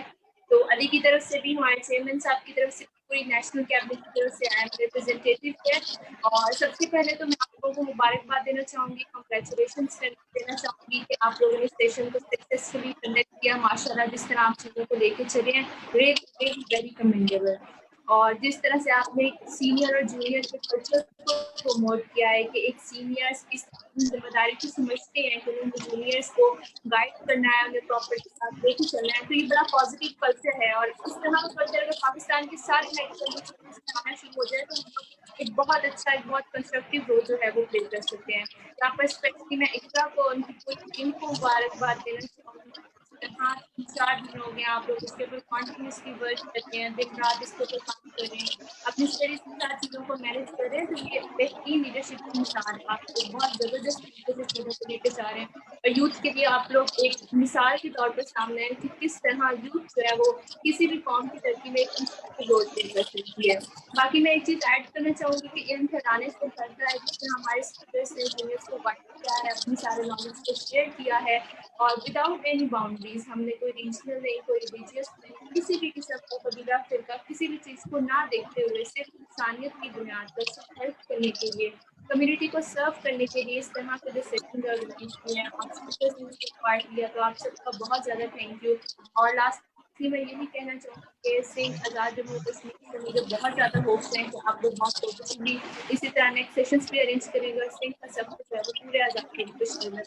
Thank you so much. Thank you so much Asifa. अच्छा Shahryar, I am available now.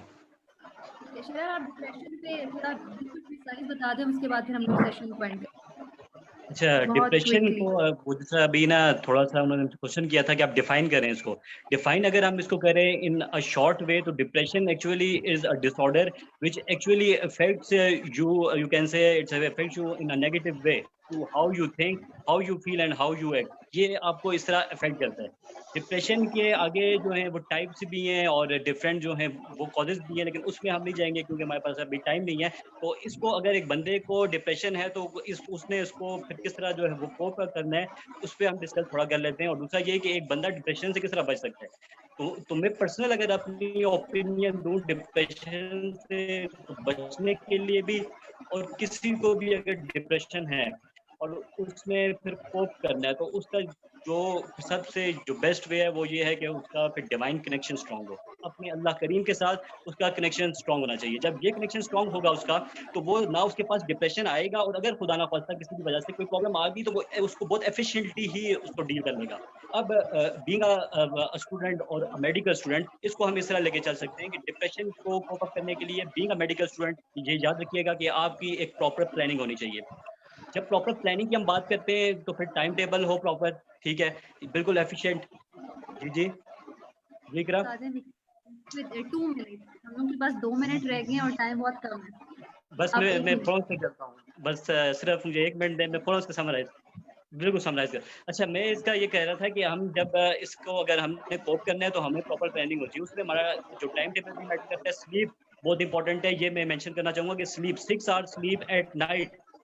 जब हम कहते हैं एट नाइट तो इसका मतलब है आप अंधेरे में सोएं, और अंधेरे के अंदर ही आपकी 6 घंटे नींद पूरी होनी चाहिए। ये साइकोलॉजिस्ट भी बहुत ज़्यादा इसको एम्फसाइज करते हैं कि आपके पूरा हो। इसी तरह आपकी स्मार्ट स्टडी भी बहुत मैटर करती है डिप्रेशन को डील करने के लिए। स्मार्ट स्टडी की भी बहुत टेक्निक्स हैं, उसमें फिर कभी बात कर लेंगे। लेकिन मेन बात ये है कि आप बीइंग अ स्टूडेंट अपने आप को किसी और के साथ कंपेयर ना करें। You are important to yourself. आप खुद अपने लिए इम्पोर्टेंट हैं, आप इस चीज़ को समझें, अपने आप को डिग्रेड ना करें किसी के साथ खुद को कंपेयर करके। और इसी तरह ये है कि जो डिप्रेशन है उसको अगर किसी को हो गया है, तो उसको चाहिए कि उसका एक कोई ना कोई मेंटोर हो स्पेसिफिक, जो कोई अच्छा फ्रेंड भी हो सकता है या कोई भी हो सकता है जिससे वो इसको कर सकता है सॉल्व। अब मेरे पास टाइम नहीं है, वरना मैं इसको एलैबोरेट करता, तो फिर काइंडली इसको आप समराइज कर दें। और मैं एट द एंड आके अपने तमाम पार्टिसिपेंट्स का शुक्रिया अदा करना चाहता हूँ, उन लोगों का जिन्होंने हमें फेसबुक ज्वाइन किया। We appreciate you, we warmly welcome you. और इन फ्यूचर हम इंशाल्लाह इस तरह के जो सेशंस है उसको कंटिन्यू रखेंगे। और स्पेशली अपने स्पीकर्स का हम शुक्रिया अदा करते हैं कि उन्होंने हमें टाइम दिया। Thank you very much. Thank you so much दो एवरीवन। बातें यहाँ पे, एक वो बच्चे जो हमें कह रहे थे प्रेजेंटेशंस का, you people will get this presentations on Sync page. वो बच्चे जो सिंक के पेज को लाइक करेंगे, क्योंकि उनका नाम नॉमिनेट हो जाता है, जो बंदा लाइक करेगा सिंक के पेज को, उनको डॉक्यूमेंट्स में या गूगल ड्राइव के फॉर्म में उनको ये प्रेजेंटेशन मिल जाएंगी। So you must have to like Sync page first. And second thing is that के फर्स्ट ईयर के पेपर कब होंगे तो किसी भी ईयर का कंफर्म नहीं है, नॉट येट। यूएचएस ने कहा कि टाइम पे लेंगे, but it will be confirm by time इंशाल्लाह। Thank you from it's all from my side. Thank you so much everyone. Since we are about to end the session, thank you so much all the participants, all the speakers, all the members from National Cabinet, Umair और session organise कराने के लिए बहुत शुक्रिया अदा करना चाहती हूँ। उमैर, आपका बहुत ज़्यादा शुक्रिया, उसके बाद अनस का, और उसके बाद